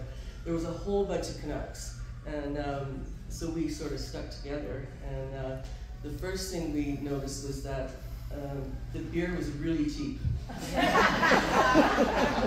Like $1.95 for a 2.4 of Rhinelander, which I think was pretty rotten beer, but we could take it. And of course we could outdrink all the American students because we were used to 6.5% alcohol. And down here it was like 4 or 3 or something like that. We spent a lot of time together, that was the first thing. And the other thing is I didn't know I had a Canadian accent. So we say something like up on the roof or up on the roof, or mom and mom, and people would say, are you going out in your boat? I would say, no, I'm going out and about. Oh, you mean out and about. And then when I go home during the breaks, they would say, God, you're talking like a Yankee. Well, that was always amusing. So again, like Terri said, all I wanted to do was play sports and music, and my first impressions of wanting to get into sports, my grade 7 phys ed teacher at St. Francis de Sales School in Burnaby, a suburb of Vancouver, she was out on the gym floor and she said, being a PE teacher is the greatest job in the world because you get to spend all day in your poop catchers. You know those baggy sweatpants with the tight elastic at the bottom? Wow, so to this day, those are poop catchers. They're not sweatpants or track pants or anything like that. They're poop catchers. So no more visual on that. And I have to just say too, it's so great to look out and see the American-Canadian flag side by side. You guys are the best neighbors. I just sort of thought of it as one land, you know. Again, we come down here when I was young because everything was cheap and everybody was so friendly. And I just have to say one thing before I get too far, is that most Canadians are known for being very polite. Do you agree? Yes. And apologizing all the time. So, you know, that's sort of just what some people's impressions are of Canadians. So when I got into junior high school, again, I wanted to just play sports. And my instructors were a 6'3" woman named Anne Wilcox, who was from England, and her partner, who was about this tall, who was not from England, I don't know where she was from, but Miss Wilcox and Miss Sewell. And so again, you play field hockey in the fall, volleyball in the fall, both, basketball in the winter, soccer or track or softball or whatever, you just play it all. And then someone said earlier, field hockey just hurt too much. So, and I was never really good at basketball, so I played volleyball and track and field, so you could focus and really work on it, you know. And the sort of three things that I learned then and still, or you know, it's reinforced now, is that number one, to be prepared by training and working hard. Number two, have fun and feel good. And number three is don't come in last. And that's, you know, I mean, I guess sometimes we do have to come in last, but. All right, so just getting back to my high school coach, Ken Taylor, who told me he was on a track scholarship here in 1964. But I don't know if the records show that, so, you know, he was here, he was definitely here, I know that. And he was a bit of a hard ass. I was grade 11 and 12 high school track, and Burnaby Central was a powerhouse in track and field, so there was high expectations. And if you ever complained about you know, an ache or a pain or an injury or whatever, he'd pull out this little packet from his pocket, and it was an aspirin and a Band-Aid. And he'd say, put the aspirin on your forehead, cover it with the Band-Aid, and you'll be just fine. So I actually fractured my foot playing basketball, you know, and I told you I wasn't good at basketball. But Ken, he forced us to play that. So volleyball in the fall and track and field in the spring. And he forced all the track teams to play another sport in the winter to stay in shape, right? To stay strong and train. And then he herd us all into the weight room after practice to make sure that we were just, you know, just this much better than our opponents, like just a little bit longer stride, a little bit stronger here, and you have the advantage. So I had actually fractured my foot, and the x-rays didn't really show up right away, so we were at practice, and I was kind of struggling, I was in pain, you know, I got that aspirin in the bag. And he said, come on, suck it up. And then, of course, they reread the x-rays, and there was actually a fracture in my foot, so I think he gave me a couple days off. But we won the British Columbia provincial track meet both those years, one year by just 3 points, so that was another experience I'll never forget. And now, moving on to volleyball here.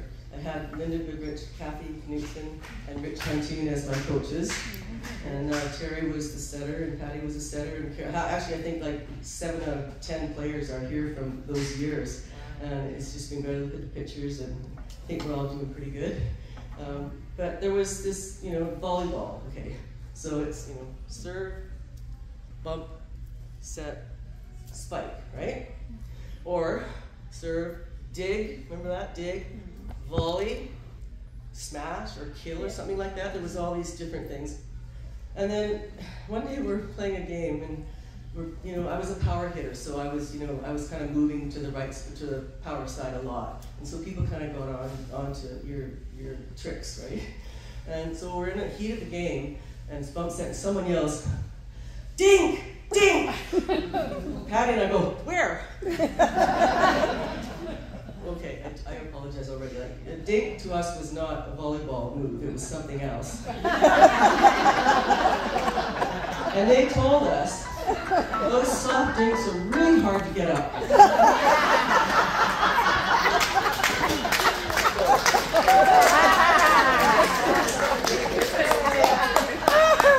Anyway, we had a great season playing volleyball, and then in 1976, I guess, the track team was very small. You know, it was not really a powerhouse track team at that time, but I wanted to do track. So, and I was always a jumper and a sprinter, not a distance runner at all. But so the event was the pentathlon, right? So which was 100-yard hurdles, high jump, long jump, shot put, and 220-yard dash. So it was just a perfect event for me. It was a brand new event, so I remember competing in several meets and then going down to Boise State for the regionals. And I had quite a bit of success, set some personal bests, and won the event. So that qualified me to go to the nationals in Manhattan, Kansas. So Beth and Bethany and a couple of others, I'm sorry, again, I can't remember the whole team, flew down to Kansas and participated in this national meet. And I was pretty overwhelmed and pretty scared to death about the whole thing, you know. So I remember the very first part of that experience was, well, I'll just show you. I got into the starting blocks like this. Well, I guess you know how it is, starting block. And I got a cramp, sorry. And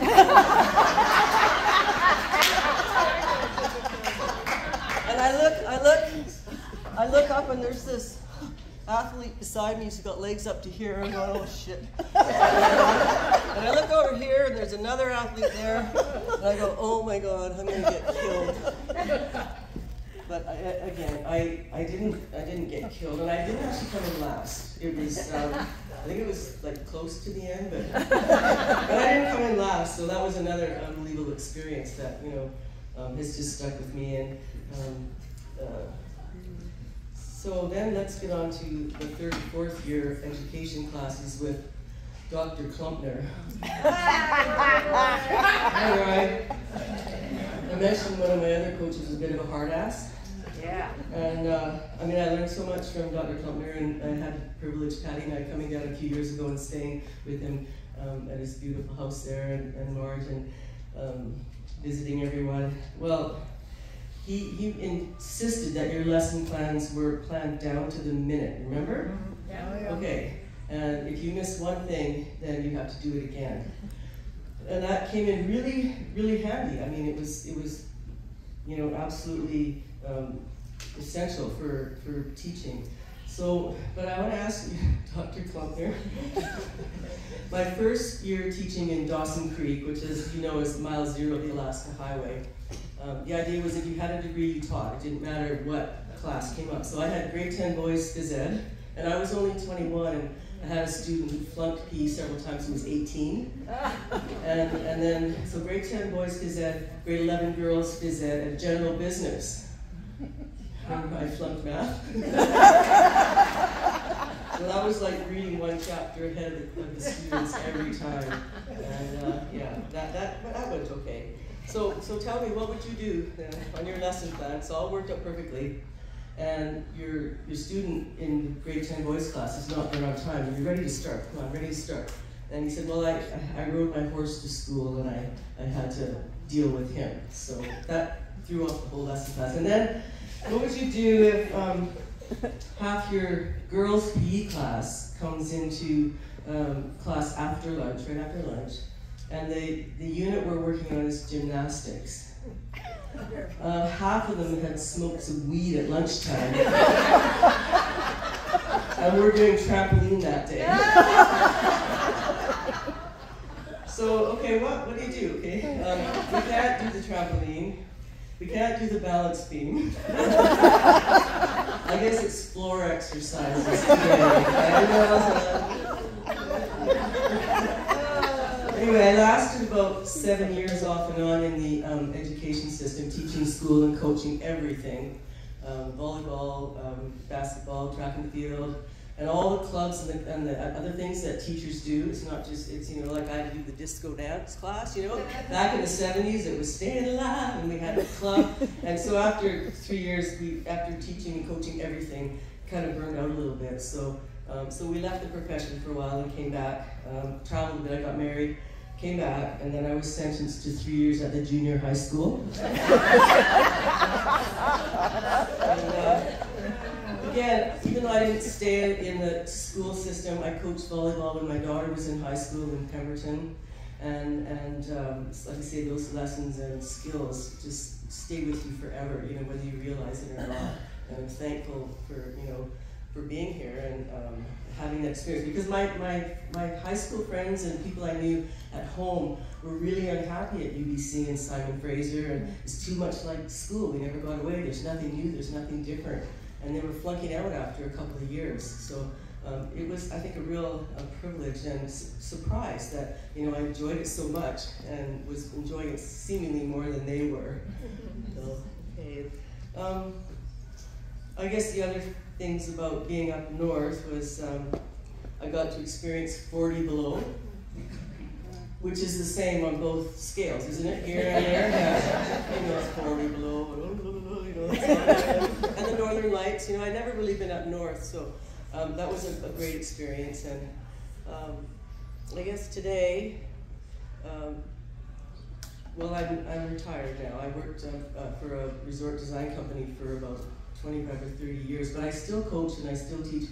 And about 20 years ago, well, I've always played music, and Terri, you're gonna get your guitar out.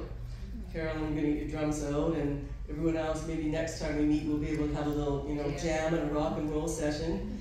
But I've always played guitar, and I was at a backyard campfire, you know, and there was a couple of women there saying they had taken guitar lessons from a local fellow who was an incredible player, but a bit of a stoner, and just kind of turned them off. They weren't really learning and advancing. So my friend turned and said, "You know a few chords, why don't you teach us?" So the idea was hatched or born to create this all-women's guitar program called Chicks with Picks. And so basically it took off, and I had women's sessions a couple times a year, 8 weeks, really low-key, just play, not too technical or anything like that. And we're still going strong, celebrating 20 years this year. So again, I'm thankful for the things I learned here from sport and music and education, and still using them today. And you know, again, thankful for that. In terms of activity and stuff, you know, I'm not doing anything too strenuous, because I have a word with myself when I'm, you know, I have a cramp there, and I want my knees and my hips to work for another 20 years if possible. So I live on a farm just outside of Pemberton, in Pemberton, outside of Whistler. You know where that is. And it's pretty quiet. I do lots of music, and my partner and I, who's a bass player, have a duet called B Daddy and the Coconut. Coconut. He's a big guy, plays bass. He's the big daddy. We play at markets, and then my daughter Lucy's going to have a baby in a couple of weeks. So I'm just, you know, life is good. And again, I want to thank Terri, and I haven't gone over, I don't think, but anyway. Oh, I just one more important thing in talking about the whole Title IX and the equality in sports. And it is amazing how far we've come. But if you stop for a minute and think about the two Canadian women's soccer team who are Olympic champions, and the women's Canadian hockey team who have been Olympic champions, are still fighting with administration and management and men who run things. Today, they're still struggling for equal treatment. So even though we think we've come a long way, you know, we need to pay it forward and keep going. And anyway, thanks again for all this great energy. I'm so overwhelmed, and hope to see you all again very soon. Thank you.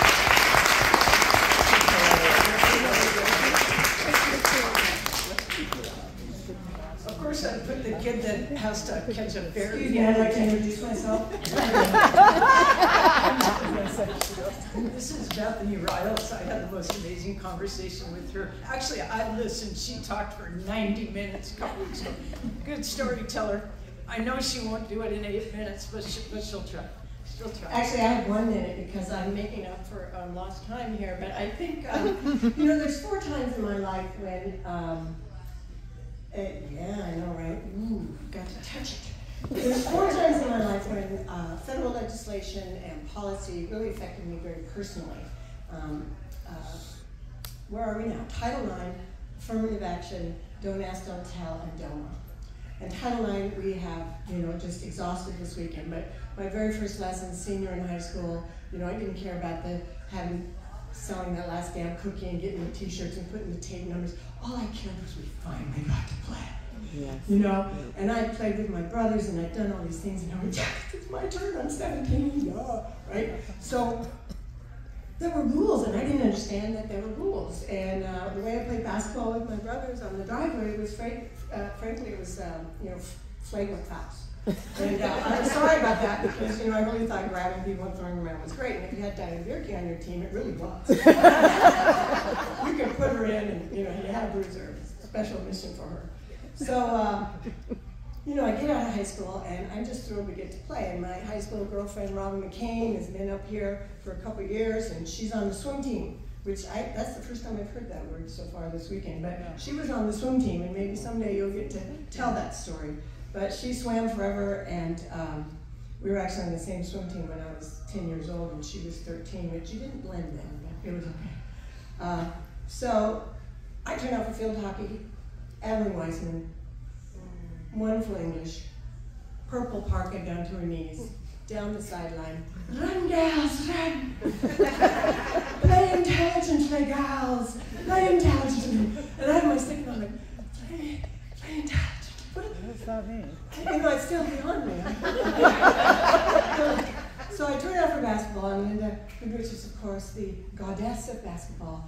And I learned about discipline, I learned about attention to detail, I learned about you know, being trained. I learned that if I catch and turned and blocked out and jumped as high as I could and kicked out my legs and ripped the ball like I was Kathy Hemian, and I hit my lane and streaked down the floor and made really smart, crisp passes, that we could outplay people that were bigger and stronger than us.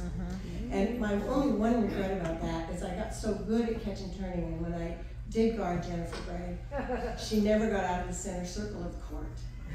Because she was like, oh, oh, and I was a gnat. And I had no mercy on her. And when you guard, you know, and you're not supposed to tag, well, she would go like this and I would get a concussion, right? And so I started tagging and going, ooh. And I really actually, blame it on my brothers, I don't know. But she started to cry, and I felt very I still feel bad about it because the woman was 7 feet tall, and you have to understand the trials that she had in her life. I mean, it was a difficult life for her, and when she started to cry, I felt horrible. And you know, of course, Linda's like, and they take her out of the game, and she couldn't come back in because she was so upset that this gnat had, you know, moved her forever. So I actually, obviously, I don't remember that, but we, you know, so for years to come, I played all the sports, and I was just so thrilled that we got to play. And I did the, you know, softball, rec, summer, slow hit, whatever. And that second summer, I was a lifeguard out at the Washington State Park and Deception Pass. And my junior year, you know, it comes along and we're ready for basketball and we're so thrilled. And, you know, Linda has all these plans for me about how much rebounds I'm doing, you know, shots. And I said, really, I just hit my points and run and I do whatever Sean Martin tells me to do. And so we're starting the season, and December 10th, 1975, my girlfriend dies. And Peggy Bullock was 23, and I was 20, and she had a childhood heart condition that finally caught up with her and killed her. And it was very traumatic for all of us. And you know, Dee Dee Molnar found her on the living room floor that day, and I showed up a few minutes later, and the ambulance had already left, and she and I go to the emergency room down at St. Luke's, which of course doesn't exist anymore, and I stand next to her body, and they asked me to call her dad and tell him what happened. And you know, it was kind of an impossible situation, and I was so glad our cardiac doctor was also on the line because I was failing miserably at trying to talk to him. And I get back up to the house, and I'm just so upset, and they had, actually I had a crush on Joni over here, so I ran up to the dorm so I could spend some time with her. And I thought maybe she'll let me come there. And she did. She gave me peach schnapps, I think it was, and I learned to drink to excess that night. And I learned that probably self-medicating that way under the circumstances was not the best idea. But, you know, we didn't talk about being gay then, and we didn't have words for it. We didn't have language. There really wasn't any sort of cognitive, any words, anything. There was nothing there at all. And so I, you know, Meg Miller wrote a beautiful song for Peggy, and she penciled it in a card and gave me that card, a very sweet card, and I still have that card today. And part of it goes like this. You always shared the warmth of your house with friends who would just drop in. You'd sit and talk by the fire and excuse yourself and take a walk in the wind, and you'd be gone so far. It's breaking our hearts too soon. Peggy, you left us too soon. And she did. And it was my first time having grief like that, and I didn't understand it. And you know, I tried to keep in school, and I tried to play basketball, and I missed classes, and I missed practice, and I missed games even, and I wasn't a very good teammate, and I literally limped out of that quarter because I had torn my ankle, and it swelled up like the size of a grapefruit, and I can't help maybe I'm wrong. And Jane Nichols was our athletic trainer, and she really stuck by me and helped me a lot. And so I dropped out of school. And so for those next 5 years, I wandered around, and quite frankly, I had some really fantastic adventures. And, you know, affirmative action had passed, and so not only could we compete in these wonderful athletics, but we could also compete for jobs that we could never have before. And I went down to the Seattle Fire Department, and I set the fitness standard for them so that they could understand that indeed there were women who were strong enough who could do this. And I saw it on the news, they couldn't get any women to pass their fitness test, and I thought, well, what the hell, I don't want any other one down there. So I went in there, and I realized, you know, they hadn't taken biomechanics, and they didn't understand that you didn't have to stand there with the rope and go like this. You know, that you could use your ballast, and you could just, you know, I could bench press, I mean, I could squat 300 pounds, and so I would just, and one lift, it goes, and the big guy was like, and I said, you know, if you use some of these techniques, it might give some longevity to your department, and it might help you with back injuries. And they wanted me to sign a contract and say that I wanted to be a firefighter for 20 years, and I said, actually, I really want to be a carpenter. So I went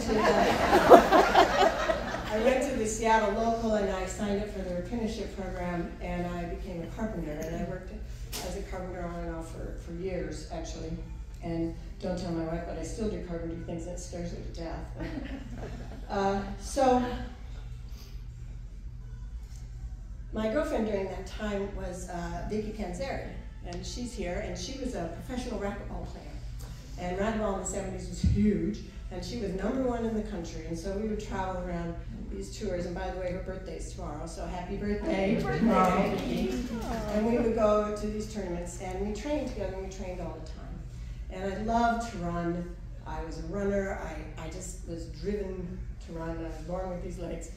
And so I got to be a city transit bus driver and driving to the ski areas. And in Utah, I was a ski patrol and a ski instructor. And I got to do all these jobs because we got to compete for things that we couldn't compete for before.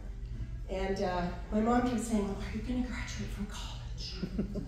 And I thought, well, maybe I should. So I go back to Seattle U. I go to Seattle because Kathy Benedetto was coaching there, and she played on the USA women's team, and she was friends with Linda, and we kind of knew her from her AAU team where they used to school us up pretty good, really.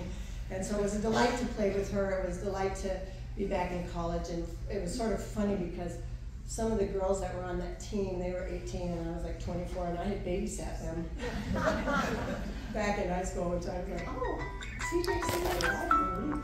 Anyway, so I thought, you know, really, if I went back to Western and I maximized all my credits and I really worked hard. I could graduate in 1 year. So I had done this interval training that Robin and I did together a lot, and we got to where we could run a 6-minute mile, which at the time was a big deal, right? And so I show up at Tony Bartlett's office and I say, "Hi, I want to run cross country today, and I can run a 6-minute mile." And he's like, "Oh, that's good for you." In cross country, you have to run 3 6-minute miles in a row. And I'm like, "Oh." I still don't know anything new.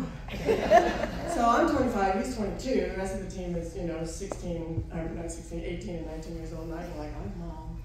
And so he tells me, they have like 20 women that have signed up for this team, which seemed like a lot to me. And he said, but they only have 7 slots per meet. And so the fastest 7 times get to enter in the meets. And I said, well, I want to be 8 or 7 because I want to run in the meets. And he goes, well, okay. He says, we start the practice together, and then we, send off the faster runners, and you just go with them and do what I told them to do, follow along, see how that works for you. And I thought, oh, that's been cool. So we start from Carver Jam, we're running south down the valley, and I am in a herd of ponies.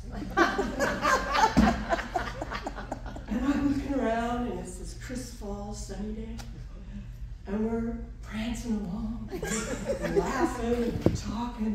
I am a pony. And I've been running by myself, or maybe with one friend, and here I am, in a herd of ponies. That was so much fun. I was so delighted.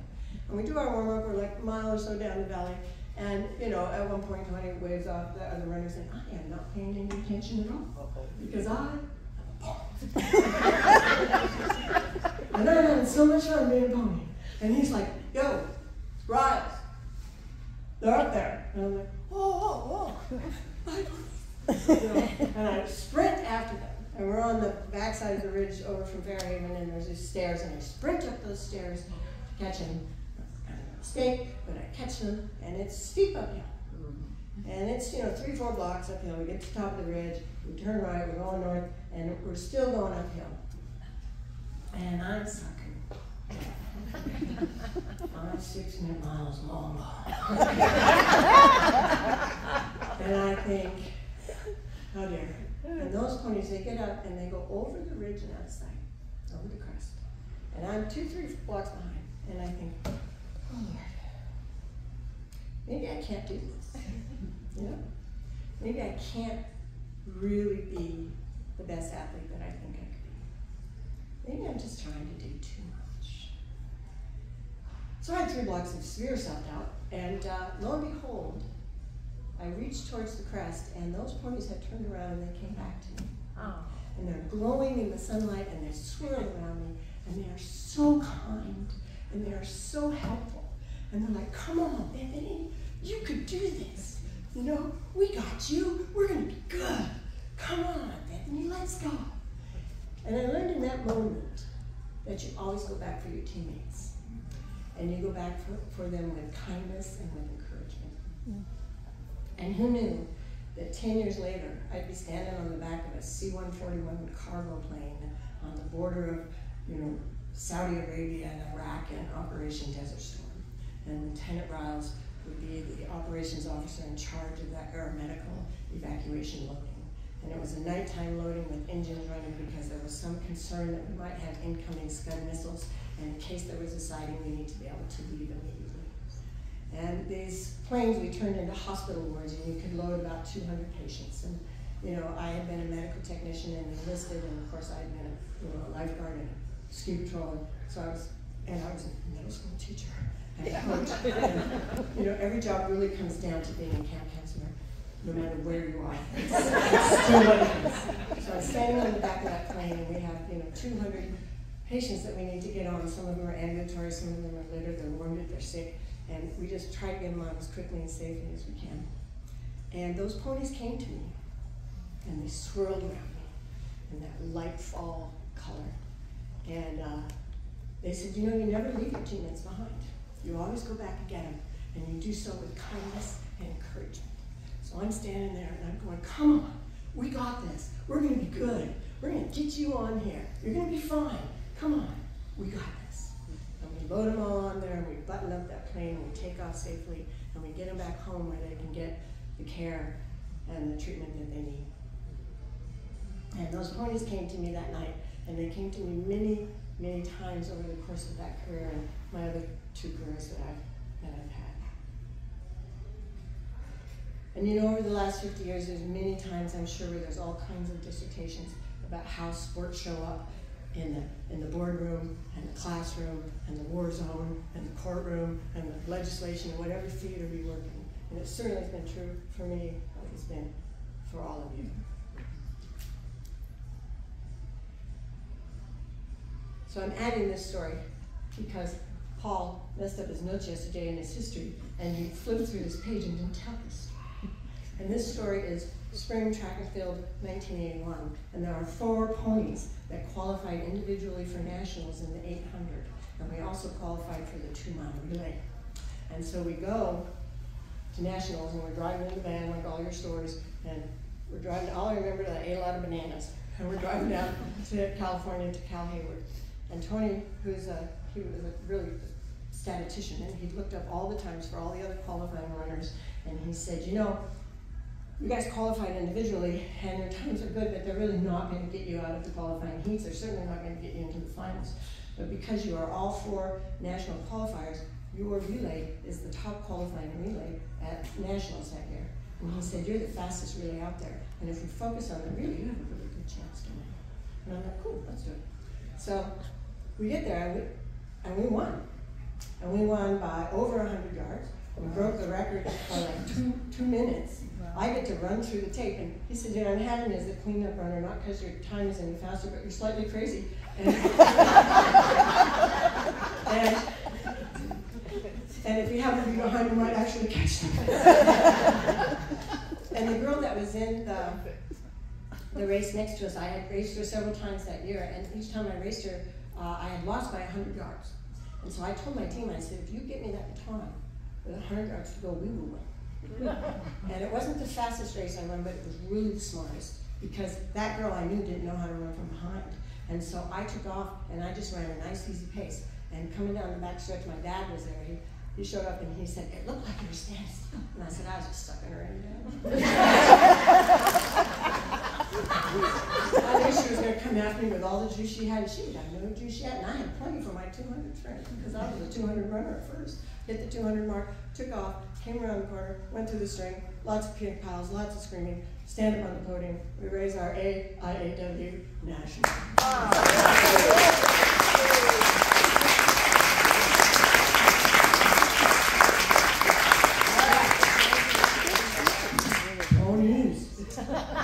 So AIAW, you know, we talked about it before, right? And this was a little bit what Ash and Jen talked about. You know, it's women organizing for women, pulling our resources together, advocating for each other, creating positions of power and opportunities for each other. And that's clearly where we are today. And you know, we've come a long way. Clearly we've got a long ways to go. You know, Obama got rid of Don't Ask, Don't Tell. The Supreme Court got rid of DOMA. I got to marry my wife here for 30 years, and she got to get her veterans benefits that all of the retired officers' spouses get. And so, you know, when you say thank you for your service, I say thank you for my pension. It's a win-win situation. I really appreciate it. So, in closing, really the last thing I have to say is that a lot of my crony friends say, you know, getting old sucks. It hurts. And I'm saying, you know what? Get off your phone, child. I am talking to you. Being young hurts too. And every age has their challenges, and every age has their rewards. And I used to be a pony, and now I'm an old gray mare, and that ain't what she used to be, but she is so much more.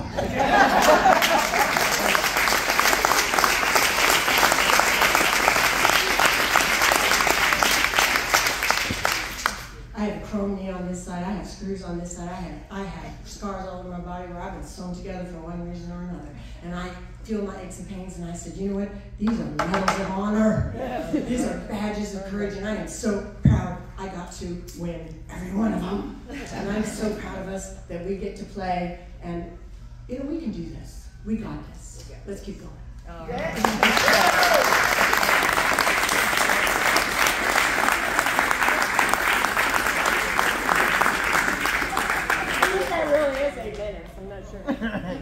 It was great.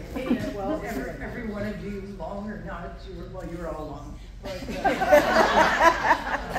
wouldn't have wanted anything less. I'm going to have one more speaker, but I'm going to just say my last few closing words, and when Diane finishes, then I'll just remind you how to pick up your table, because the thing is that time-wise and all, I really do need some help, because I have to be out of here by 2 o'clock. I have to have everything vacuumed. Okay.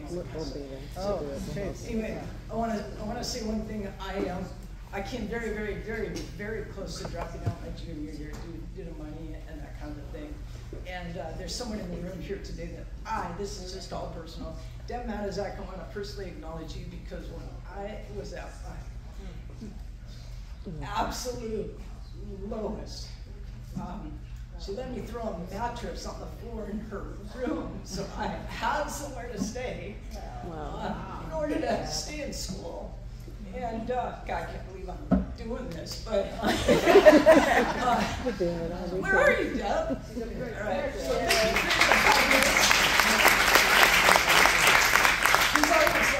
I was certain at that time if I did drop out, I wouldn't be able to go back.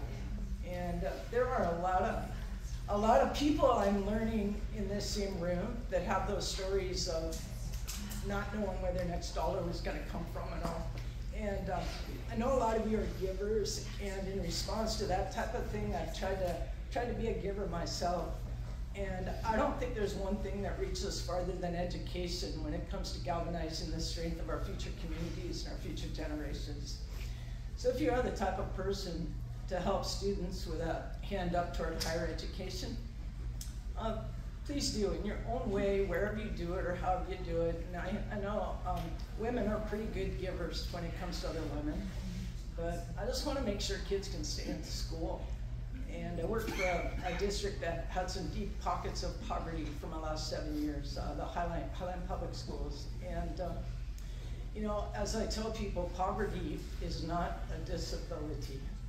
And there are some really good, brilliant minds in those communities, and I just want to help kids get to school, whether it's a 4-year college, or it's a technical college, it's a community college.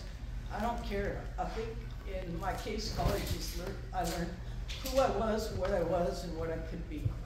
And the fact that I was able to stay gave me this life, and it's just been a beautiful weekend, and with some really, really wonderful people. And I thought I would close with this fantastic volleyball coach that we have, Diane Williams, because I just think what she's doing now to connect the past with the future, I just think she's a fitting person to leave you with, because we are in very, very good hands at Western. And I hope you'll stay connected, and I also hope you'll check out our local newspaper. We have a new newspaper as of about a year ago, January. It's called the Cascadia Daily. CascadiaDaily.com has made a concerted effort to cover Western high school sports and all sorts of other community-related activities. And I know you don't all live up here, but we who live up here are just astounded by what they're doing. And just to point out, they had a lead-up article about this earlier in the week.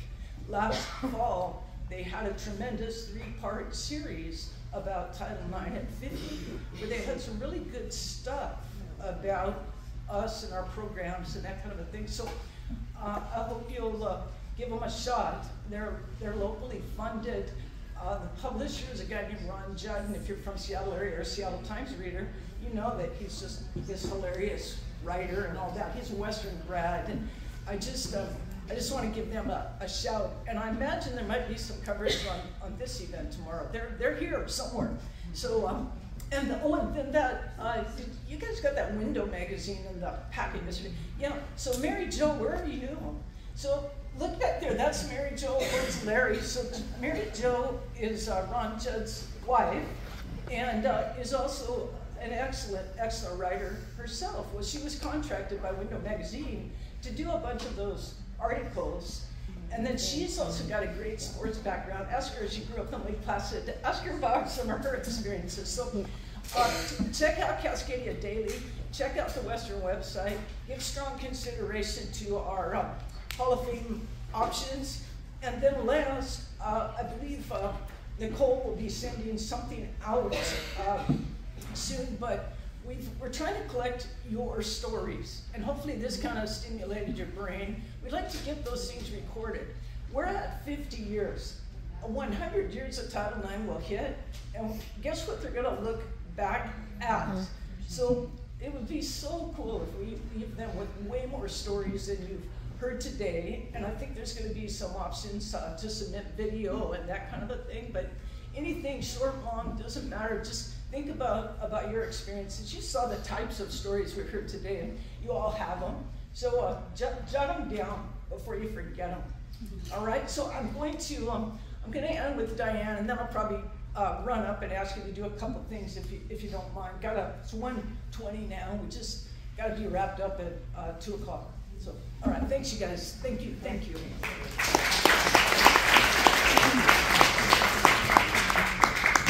Thanks, Terri. I didn't really prepare much because I really wanted to be a listener today, because I feel like that's probably the most important thing I could do, is to be able to listen, absorb, and then pass along, because I think that's been our role.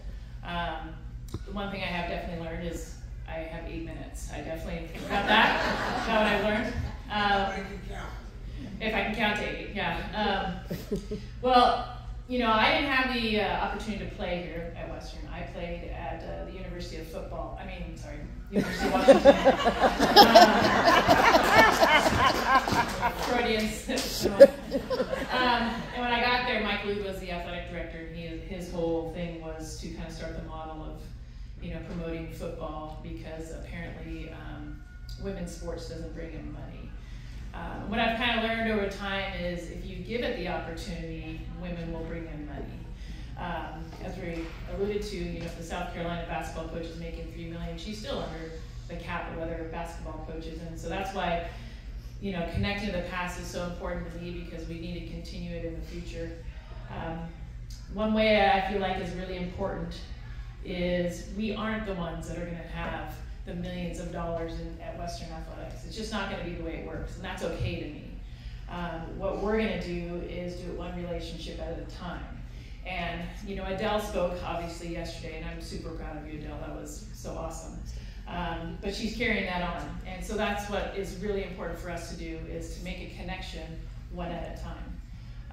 I think about all the stories that I'm hearing, and I don't think you can get that in a math department. I don't know if there's any other educational discipline that can really just have an umbrella over so many different people who can connect, who can live life, who can experience things the way that you got to experience it. I laugh a little bit about driving the vans, because I just drove one for our team, so we're advancing. There was a bigger van, full passenger, so. But I do think these connections are so important, and that's what our players are being taught, is how do you connect with others. You know, we start little kids clinics. We need to introduce sports to girls as young as possible, because what they're getting introduced now is a lot of phones and electronics, and they lose connections, and I've seen that the most for when COVID hit, because they didn't get that opportunity to connect with people, to be out and playing and doing those kind of things, and unfortunately it didn't change afterwards. So we start little kids clinics probably about 15 years ago. When we started, they're free for anybody 8th grade and younger, and we started with 2 kids. 2 kids showed up. They were sisters. And, you know, that was awesome. But the next clinic, 4 kids showed up because they brought friends. But this past fall, our very first clinic, we had 80 kids come. And so what we're just trying to do is try to connect them with something that they connect with others with. And I'm just very proud of the people who I have been in charge of. I have 17 former players who are now coaching in high school or coaching club, and they are now passing that on to their players. So the word about pay it forward, it's never lost on us. We will be continuing to do that. And I just want to make that promise to all of you, because you have definitely made possible everything that we get to do. And I'm so grateful for it because I get to be called work, but I get to be in athletics, and I get to be in at Western. And like I said, I was at the University of Washington. I coached there for 4 years. My first job was a restricted earnings coach. How's that for a title? They're telling me you aren't going to make anything. Good luck to you. So I started there, and after my 4th year, I was moved up to the first assistant position. I was working 16 hours a day, 6 days a week. I had spent 5 weekends in a row recruiting, and someone came out to me and said, "Hey, do you know of anybody who might want to apply for the Western Washington job?" And I was like, not only. Maybe really think about it. So what I decided is I wanted to have a life that wasn't centered around my career, but be able to live life too.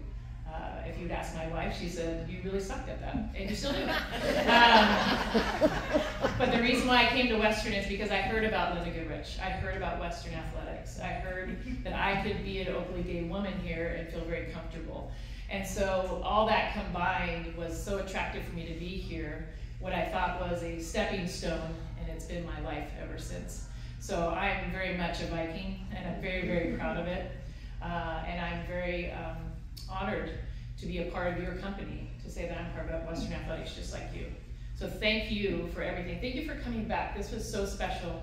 And I meant it yesterday when I said, probably one of the most impactful days my athletes will have. I have 14 of them that were there. The most impactful day they're gonna have, the most educational day they're gonna have probably as a student at Western was yesterday. And the things leading up to it, and that's because of you. So thank you for everything that you've done, sincerely.